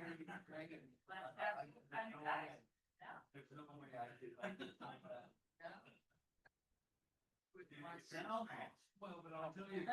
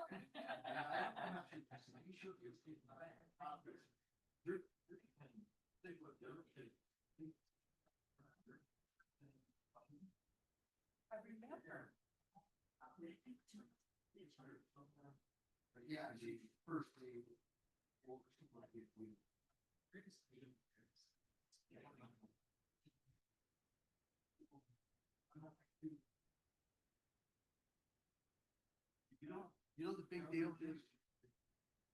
We're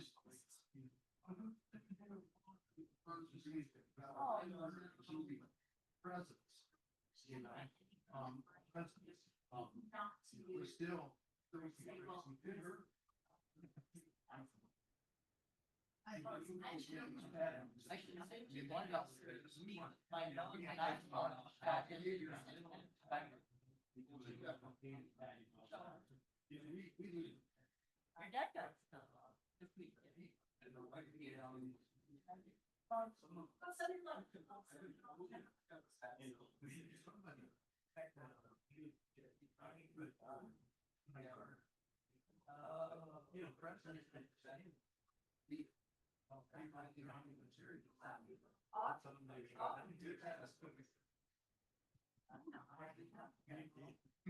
And that works. That works.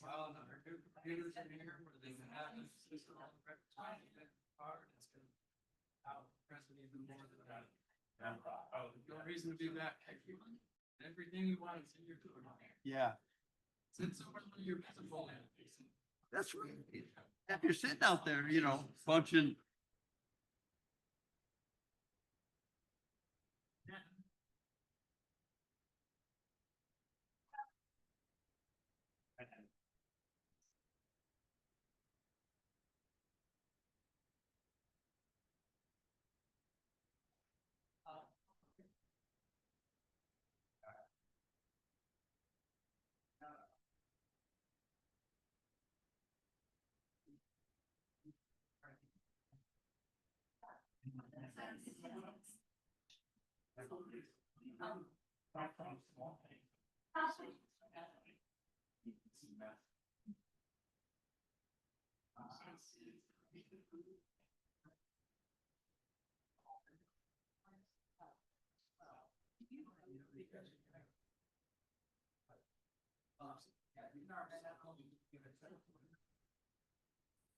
I personally don't think that.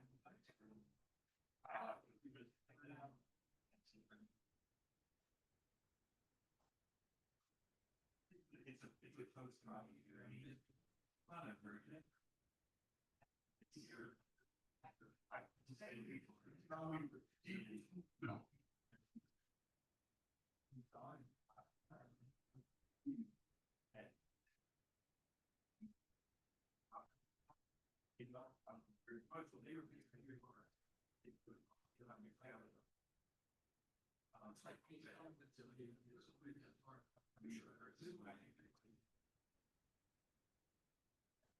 Yeah.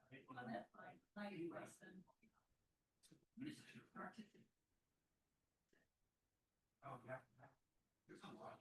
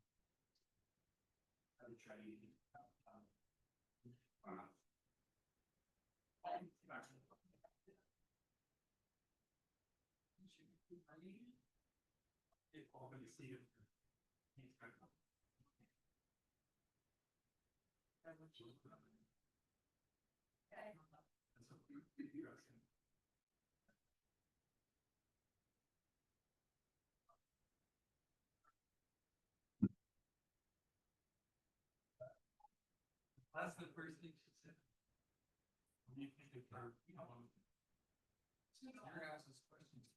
Yeah, we're all back. So let's take our seats and continue.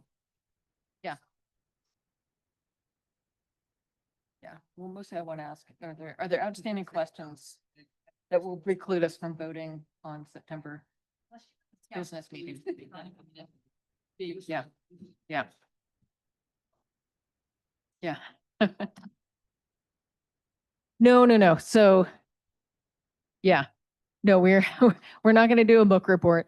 The intent for this was to be able to, because this is a large document, extraordinarily large document, to be able to have more time to review it. And if more questions came up, that I wanted to have us dedicated time to be able to ask our interim chief about that. Aside from formatting, which I know continues to be wonky, but content-wise and policy, are there any questions that we have that we can be addressed so that on the September business meeting, we can vote on it to implement it? So wanted to give that opportunity for any questions to be there. Councilmember Larson. Yes, what questions I had, which were very minor, I talked with Chief about those and got my questions answered and I'm good. Okay, great. Love when that happens, but again, I want to acknowledge it about, Yeah. it has to be the biggest document that has ever come before council. So Mike, my question would, oh, sorry. Not interfere. Is this going to be, so the formatting is not complete. Will this be a dynamic document, meaning ever changing, or once it's approved, it will remain intact? The policy portion alone will remain intact until you as the council vote to change that. The procedural part of it is a dynamic moving document. good question. Other questions? Councilman Danhon. I just wanted to say that this is one very impressive document and all the work that went into this was awesome. The only bad thing is, and this is for Rochelle, thank you very much for the, what is the HSA? Because I'm probably going to need some glasses because my eyes fell out. Right. There's no workers' comp claims on the council, sir. But- No, this is beautiful. It really is. Yeah, a tremendous amount of work for sure. Yeah, I don't have any questions, Mayor. I'll just say it is such an impressive look of like, it's, I don't know what a police officer does, right? Other than the very few interactions I've had on the street. Very, very few. So this, just being able to get a sense of detail, it's like, holy, I won't swear. Yeah. It's astounding of what has to be kept, paid attention to and done. So I appreciate the look in, even though the procedure is not what we're looking at, like it's hard not to read that. 'Cause I'm just so impressed. Feel free to read it. So if I could clarify one more thing specifically for you, Councilwoman Cox. If you remember, and if you don't, my belief is the policy and procedure manual should be one thing. And my stance on that and my experience is again, I'll refer to Sheridan because that's what I know. You end up with a separate procedure manual or special order manual that at some point supersedes policy. And I don't want that to be the case for Lander ever. So to me, it's a one-stop shop. Yeah. It's a lot and it's a big shop, but it's only one stop. Well, and I think too, my comment to the mayor, sorry. Mayor. Please. This is an undertaking that really, we probably should have hired a part-time person to do. I mean, this is not something that you can take on and have other duties. I mean, this is a task. Oh, trust me, I know. And There are oftentimes, and I don't know if we use these or not, but there are oftentimes University of Wyoming students, graduate students, whatever, that can help with these projects at no cost. And not that maybe at a formatting date later, once it's approved, might be worth us looking into if that's an opportunity or not, because I do know that that happens frequently and sometimes availability. But man, having you take this on under the circumstances is cool, but it is a lot. Yeah. It was a lot. It started, honestly, it started probably 5 different times under Chief Peters in his exit, and he and I sit down conversations. 2 things that were the utmost of importance to me was the mental health and the policy. And the policy mostly because I've said it before and I'll say it again, the fact that we're operating under 2015 policy that is missing so many things gives me a stomachache. The liability for us as the city right now. I mean, you of all people have spent so much time in the justice system that if we they pull policy that we don't have, we're in deep trouble. Hot water, super hot. Yeah. Yeah. Mm. And I think that's incumbent on all of us and our successors that we also stay on top of it. Like that, to some degree, that's our failing, that we weren't aware that we had 10 years old policy for it. So Maintenance of policy is really vital. It's crucial to ongoing success in local governments. And I Yeah. think we've missed. and yeah. you know, everything, what our clerk is doing for on the job, I mean- OSHA compliance, et cetera, et cetera. Yeah, that my hat does go off to those who, Rochelle, Regine, Yeah. you know, Shari, all of you that are keeping tabs on things that have been way outdated. Well, the general employee manual is very outdated as well. And Sweet. we got don't- another tone. You think this is a big document, you just wait. But mine's only like 60 pages, so. Oh, okay. This was like the preseason for you. Yeah, that's like Cliff Notes version, what's coming. On a serious note, one thing that struck me in this document is the code of conduct. And I think it's obviously incredibly important for our police officers to be doing that. And I have 2 responses to that. We are equally public facing. And in my opinion, I believe we should have our own code of conduct if we're asking, one, because we are likewise public facing folks in what we do. And also one of my own leadership tenets is it goes against every grain of my being to ask someone else to do what I'm not doing for myself. And so I'd like to look at the council for, you know, head nod or thumbs up about a code of conduct for us that is somewhat comparable to what is in the policy manual for law enforcement. So, seeing some nods for that. Great. Thank you. I think that's important for us to likewise, we should be holding ourselves to an exceptionally high standard in how we conduct ourselves. So, other comments? Councilmember Cassidy. I looked at it, I didn't print it out. I looked at it digitally and it's. Dan didn't print it out either. Don't let him kid you. Were there sections there, or was there a section there specifically that talked about the execution of AARs after major events? And Yes, sir. and a timeline and who leads them and how they're recorded, and there is, okay. There is, I was and just searching through it quickly again. there's another one specifically under the training side in the documentation of our training and who's required and what we cover. All of that is inclusive in all of those 500 pages, as well as once a year, this will be reviewed and revisited, so we don't end up 10 years down. But yes. So after there's a large event in town, like the one perhaps this morning or this earlier today, there's an opportunity to do an AAR. Okay, great. Yes. Thank you. Yeah, and along that way, one of the things when we can get the demons out of this document, I swear it seems to be possessed, is to have hot links so we can get to those places, you know, quickly. So, but those, again, that's kind of the formatting side in terms of content and direction. Is this something we can vote on in our September business meeting? Awesome. So I think that concludes our work session. Mayor, if I could offer one more thing. Okay, Councilman Larson. I suppose. Well, Councilman Larson's always really good about reaching out to me and asking questions. And I, again, just would like to offer that to any of you at any time. If you have questions, whether it's this or anything else that we are doing at the police department, please just reach out and ask me. I would be more than happy to sit down with any of you. Awesome. With that, Joel? And I want to offer the same thing for the previous, on the zoning codes. You guys passed it on first reading with the intent of having additional conversation. If any of you need citations or information or planning notes that the board discussed, go ahead and get a hold of me and I'll get that for you before the next meeting. Thank you. All right. Y'all, let's skedaddle.